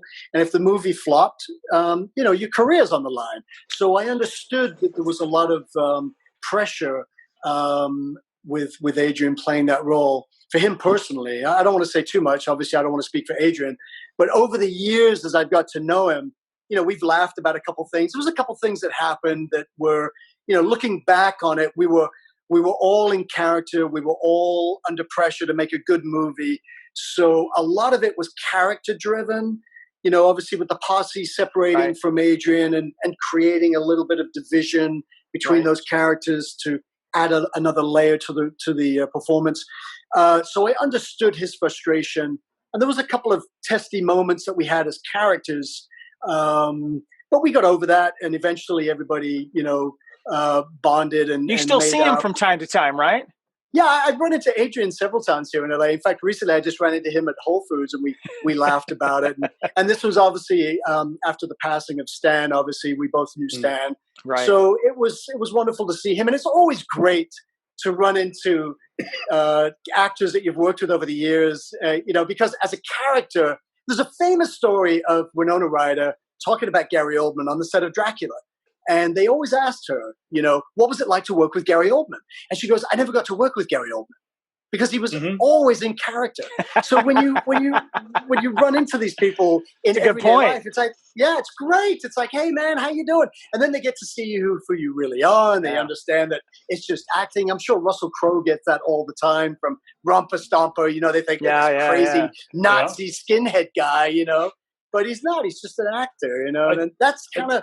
It's also there's a kind of sadistic nature to acting because you know what you're doing, you know the effect it's having on other people, but you do it anyway. Yeah, because it's fun and it's it's like playing dress up as a kid, cowboys and Indians or soldiers or whatever. But with acting, you get the opportunity to just take it to another level. And if the director doesn't like it, it doesn't end up in the show or the film. But if they do like it, you get to do it. Gotcha. So it's really just about being as creative and as inventive as possible. And some things work and some things don't. And some things just happen to take place that you don't plan on it. But you're like, wow, that worked. That's great. Let's do that. That's happened to me several times in productions where something's just like the motorcycle scene in Pretender. They gave me this French bike to do in the show and to use. And I thought, well, that's not very intimidating. And they showed me the bike. They showed me the bike that Michael T. Weiss was using as Jared. Give me the cool bike. Come on. Yeah, it was like if you're the bad guy, you got to have a bad guy bike. Monster cycle. And then I look over and I see this kind of skinny little fragile dirt bike. But the guy said, oh no, it's capable of doing this and it's amazing, whatever. And I go, yeah, but are we going to establish that in the show? If not, there's no point. So I look over and I see this extra. They had an extra on a motorcycle, this big green and blue, white beast of a bike. And I went, that's the bike I want to use. So a lot of things just happen, Right. But Adrian's fun. It's always fun, like I said, catching up with people that you've worked with over the years, and just to see them. I have a question about one of your other co-stars in that. Really been making a name for himself. Last couple of years, but also about 8-9 years ago, Adam Copeland, Edge, the rated R superstar. The Edge. He is really coming up again. And I know this was his first film foray. Do you have any stories about him? Because, he's really turning into quite the cat. Yeah, I didn't know anything about him. I heard that they were bringing in a wrestler to play the role, but I had no clue. I wasn't really a wrestling fan. I knew of some wrestlers, obviously, the Iron Sheik and Andre the Giant and Roddy Piper, who I eventually became friends with through my buddy Steve Simone, who's a comedian. And but I didn't know the Edge, and I met him one time in the lobby of the hotel and said, "Hey, welcome to Endgame," and we try to be as supportive as possible. And I think a few of us went out to location to watch that scene getting shot. You know, when he picks up the boulder and all this stuff. But it was just fun, you know. That's and, cool. and if we had days where we could go hang out with the other actors, we would. But they knew that we all support. Like there were times I was shooting, I look out of the corner of my eye, and Donnie is sitting up on the rafters above the set, you know, trying to watch everything, and I kept telling him, just, you know, lock in to Duncan, bro. That scene where he meets Duncan for the first time, you know, he's looking around, and you know, great scene. And I was up in the rafters, the top set of the loft set before they destroyed it, and I remember he was kind of doing his line and kind of, you know, looking around the set, and I was like, wow, Donnie, what are you doing? So I run down, I go, Donnie, look him in the eye. Don't blink and stare him, eyeball him. Just eyeball him down. This is a very intimidating scene for you. And that's, you know, what he ended up doing in the shot. And we laughed about that. But we were all there to help each other and guide each other. If something didn't work for me, I would say, Donnie, how would you do that? Like with the shotgun scene in the sanctuary, you know, I'd never been shot with a shotgun. I don't know how to react when you get shot with a 12 gauge. So I said to Donnie, punch me in the stomach. Just hit me as hard as you can. I want to feel that impact, right? So when I was able to shoot that scene, I was able to draw on that experience because I knew what it felt like. Donnie Yen punched you. Donnie Yen. Dude, I am so jealous now. I want him to punch me. Yeah. Can you make this happen? Tell him I'm a jerk. All right, we got two more questions before we wrap up this show here, and we want to talk about, first of all, in a minute, about what you're doing now, what you're up to. But I have to ask you about the Highlander reboot that's being planned. It's taking a while because John Wick's very popular, and Chad Stahelski, who's attached to direct the Highlander reboot, is obviously working on the John Wick now 4 and 5. They're filming back to back. But you have some history with Chad Stahelski, so tell us about that, and then what would you like to see in the reboot? Yeah, Chad's great. I mean, you know, he's a martial arts expert. He's an amazing stuntman and stunt coordinator, second unit director. He's Keanu Reeves' stunt double. Has been with Keanu for years and years and years, going back to, I think, before The Matrix. So they had a history together. Chad was stunt coordinator on The Pretender. So a lot of my stunts in that show, you know, Chad was my guiding light, you know, hanging upside down for the bungee scene, all the motorcycle stuff, the pool scene, you know, that's Chad in the pool, you know, portraying Jared trying to get out of the chains in the pool. So we had somewhat of a relationship, and I respected him because he's the real deal. You know, he's not, you know, in this business, you do get a lot of people, you know, you've always heard the stories of directors saying to actors, hey, can you ride a horse? Hey, can you skydive? Hey, can you fly that helicopter? And the actor's like, yeah, I can do that. Sure, I can do that. And then they get to the set and they'll go, I don't know how to fly a helicopter. I don't know. But with people like Chad, you know that he can back it up. Right. So there's an instant respect and comfort level as an actor. Because when you're hanging upside down from a bridge, tied by a bungee cord, even though I was close to the bridge, I'm several hundred feet above the ground. I want to know that those people know what they're doing. Right. So immediate respect. And I'm so happy that he's involved with this reboot. So if he is involved, as you can see from John Wick, the type of work that he does, how realistic it is, the level of energy and commitment that he puts into those films. And I don't think without Chad, I mean, Keanu is great. Keanu is Keanu. But Chad really took that to another level. I couldn't see any other director, not even an Ang Lee, really doing John Wick movies. It really had an element of sophistication to it. That's what made him so popular. I would love to be in one of the John Wick sequels. So we'll see. But if you obviously have faith in his Highlander project. What do you want to see? Absolutely. Yeah, because I think it's great to have story, and everybody knows the story. So if they do a reboot, I think it would be fair to say that if you threw in a few more action sequences, it's not going to deter from the story. That's never going away. Right. It's been established. It's pretty firm. So Chad Well, he coming knows in. where to put the cameras to Yes. actually show the action. One of the things I thought was brilliant about the Wick series is he made judo interesting to watch. Like, I've done judo. It's an effective martial art. It's boring to watch. It's kind of boring to do, but it works. And he was able to film it in such a way that it was dynamic and interesting. And it transitioned into the gunfights, and it transitioned into everything. It wasn't like, okay, now we're doing this. It's like, no, this is a synthesis of technique, not only for the fighter, but the camera work didn't change when it went to the fights. The camera work matched what led to the fights, and then they didn't just suddenly, boom, here's this new way of shooting. It was a very well crafted thing, and you could tell that he knew the business. That's a gift. I mean, the people like Spielberg, the reason they go on to be so prolific in this business is because they have that gift. They have that talent. Shooting Jaws and shooting Duel, which is one of my favorite movies of all time. Great movie. I mean, doesn't get enough love either. Oh my gosh! I mean, Duel. And again, to work with Dennis Weaver on The Beast, a series I did for ABC in 2001. I remember. I wish that one would have kept on going. Oh well. Again, it was, in my opinion, I think it was ahead of its time. I think it was a concept that people. This is way before social media blew up, Twitter and Instagram and 24/7 media.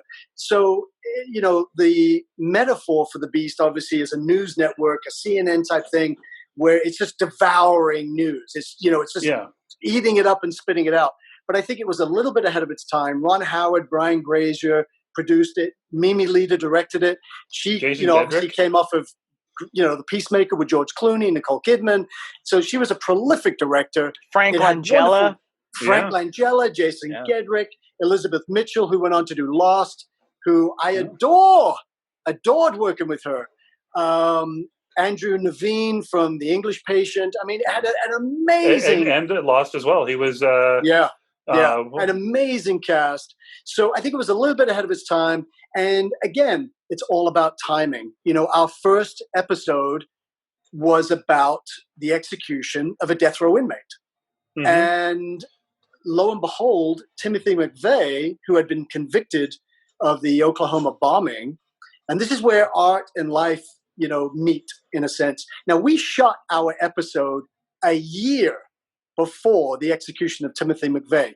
But the night our show premiered was the night they executed Timothy McVeigh. Now, you can't predict this happening. So people immediately thought, we plagiarized. We stole the idea. It was a concept that, we came up with on the spot because of this execution of Timothy McVeigh, not understanding that this was written, produced, shot, gone into post-production a year before.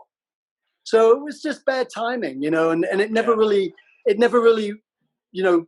garnered an audience because the network really didn't get behind it and push it after that first episode because everybody thought we were just, imitating, life at that time. Yeah. Sad, really. It was a great show. I hope if they're going to reboot anything, they need to reboot The Beast. It really was.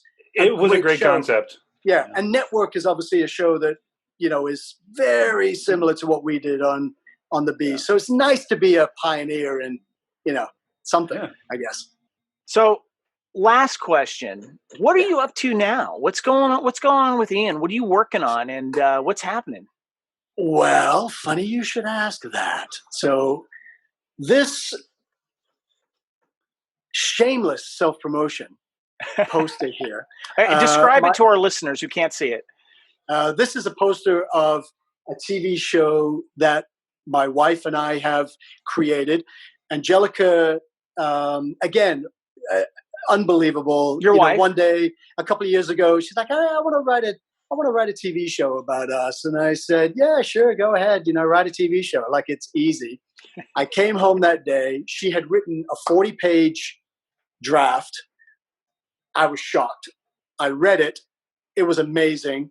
I thought, wow, who are we going to get to do this? And then we talked about it. And, over the years, I've come to realize that it's always best to kind of get involved in your own projects, produce your own projects, have a little bit more creative control. So we decided to do it ourselves. We financed it, we produced it, we directed it, we both starred in it. We hired all of our friends. We had a great cinematographer in Alicia. And for, I think, 3 weeks back in 2018, we went out and shot it. And what's it called? It's called Rollercoaster. And it's a metaphor for us. It's our relationship. It's how we met. It's our ongoing relationship. I play myself in the show. She plays herself in the show. She's an amazing actress, an amazing singer. If you Google Angelica Chitwood, which is her maiden name, you'll see a lot of the things that she did. She's so cool. Unbelievable singer, by the way. Amazing vocalist. So we did it, produced it, put it together, and then we entered it in a couple of film festivals, and boom, it started winning things. So we were very humbled by its mediocre success. We're looking forward to taking it to another level, obviously, after COVID and when all of this is behind us, because we still have about 9 or 10 film festivals to attend. Right. But we're very proud of it, and we're looking to sell it. So if anyone out there is interested in buying a TV series, we have the first season completely written, and it's good to go. Congratulations. That is so cool. Thank you. Congratulations to your wife for just saying, you know what, I'm going to do it. And she did it. That's great. You know, sometimes you just have to get off your butt and do it. Okay? There's no more motivation you need than to just do it. If you want to sit back and think that everything's just going to fall in your lap, sure, it may happen, but you have to put the work in. And it was a lot of hard work, because not only am I acting in it, but I'm directing it, I'm producing it, I'm set dressing, I'm catering, I'm crafts, costume, and with her as well. It was really just the two of us. And hands on, man. Yeah, hands on, man. And that's the only way to get. You got to get in the mud and mix it up and get a sense of what's happening. But everyone that we brought into the cast, into the production, was amazing. They brought fully fledged characters to the production. Not a lot of direction needed. And again, we got lucky. There was a couple things that happened. You know, we were driving down the street one day to shoot a scene in someone's apartment, and I happened to see all this furniture on the street. There was a couch and a desk and whatever. And I went, that's great. Let's get the agent behind there. We got the cast, we got the crew, we pulled up, and we just guerrilla filmed it on the street. And this that's fantastic. Trash, and it works wonderful. And I'll give you the link to the show and all of the Highlander fans for the first month. If they want to go to the link, we'll give them the password. They can watch it for themselves. That's great. That's great. Awesome. Well, before we, I want to repeat what we're going to be doing in the next podcast. But Lee, I wanted to give you an opportunity if you had anything else you wanted to ask or say to our wonderful guest, Ian. Yeah, just a quick story. When this movie came out, it happened to coincide with my best friend getting discharged from the Air Force. We had, and I was going to school. You're talking about Endgame, right? Endgame, yeah. Yeah. I was going to school at the University of Iowa at the time. We all grew up in Des Moines and graduated high school together. My buddy Brian was still back in Des Moines, and Ken was driving back from Washington State. And the only theater that this was playing at opening weekend in the Midwest was up in Minneapolis, which is about a 4-hour drive. Wow. And so me and Brian, shout out to my buddy Brian McLean, a.k.a. Mac, we drove up to he's going to love that, by the way. We drove up to Minneapolis to meet Ken because he took 90 across and was coming back and moving back to Des Moines. We planned this weeks ahead of time to go and see this movie. We stayed at my dad's place. We watched this. We partied all night. I had all the swords and everything. So, I mean, we were complete nerds about this. We were 23, 24 when this came out. And it was just this kind of crazy, amazing, weird, dorky party. But Highlander was really the one fandom that we all agreed on. Like growing up as nerds, in the 90s, it's like if you found another nerd, didn't matter what they nerded about, you just hung out with them. So this was our mutual nerddom. Some of us, Star Trek, Star Wars, whatever, we all agreed on Highlander. And 3 years later, Ken passed away. And we had kind of a Highlander wake for him. We took my Thunderbird, which is what Adrian drove in the series. We played Who Wants to Live Forever, which was one of the theme songs from the original movie. We just kind of did like our private ceremony with him. But this movie, the experience of going to see it, the effort that we took to see this movie has stuck with me forever. The impact of Highlander in my life. We've had other podcasts about, I moved to Paris because of the show, is amazing. And so sitting here. Bonjour. Merci. Est-ce que vous parlez français ou pas? I don't. But we, it's now 3 years ago, 3 years and 2 weeks that he passed away, 17 years and 2 weeks that he passed away.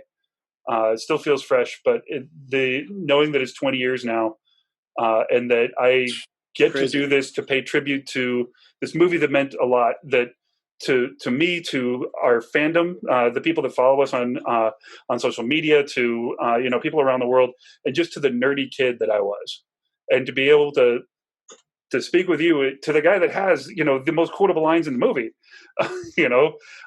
this really means the world to me, that I'm able to do this. So I can't thank you enough, Lee, for being on. Kevin, for having me as your co-host. This is great.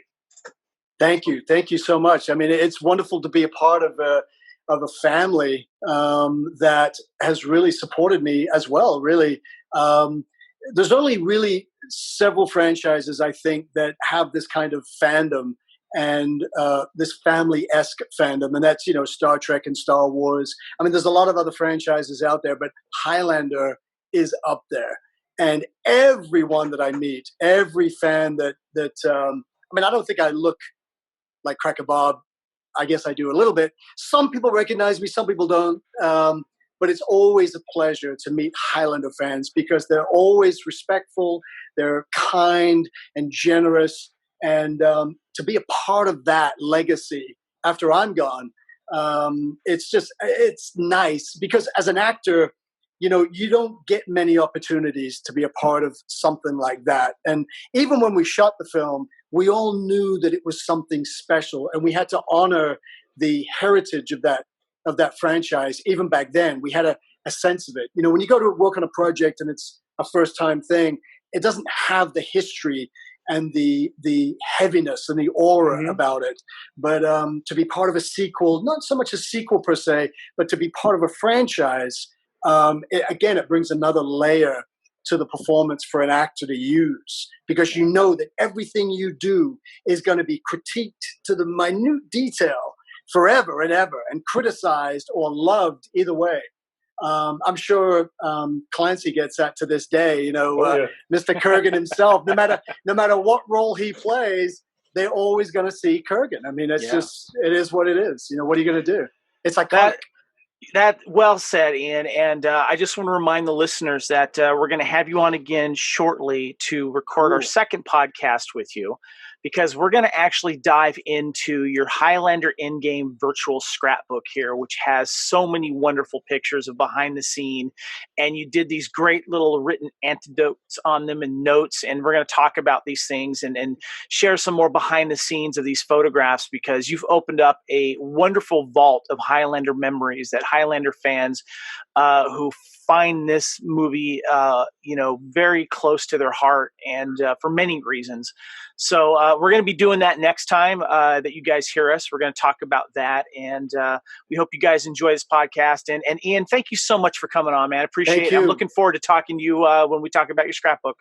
I can't wait. I'm excited about it. Kevin, thank you. Lee, thank you. Thank you to all you Highlander fans out there for your love and your support. And looking forward to doing this again with you soon. Awesome. I'm Kevin on behalf of Lee and our very special guest, Ian. Thanks everyone for listening, and join us again next time here on the Fandom Podcast Network for another episode of Bloody Kings, a Highlander podcast. Lee, Ian, that sensation you are feeling is the quickening. We are one. We are brothers. Goodbye, everyone.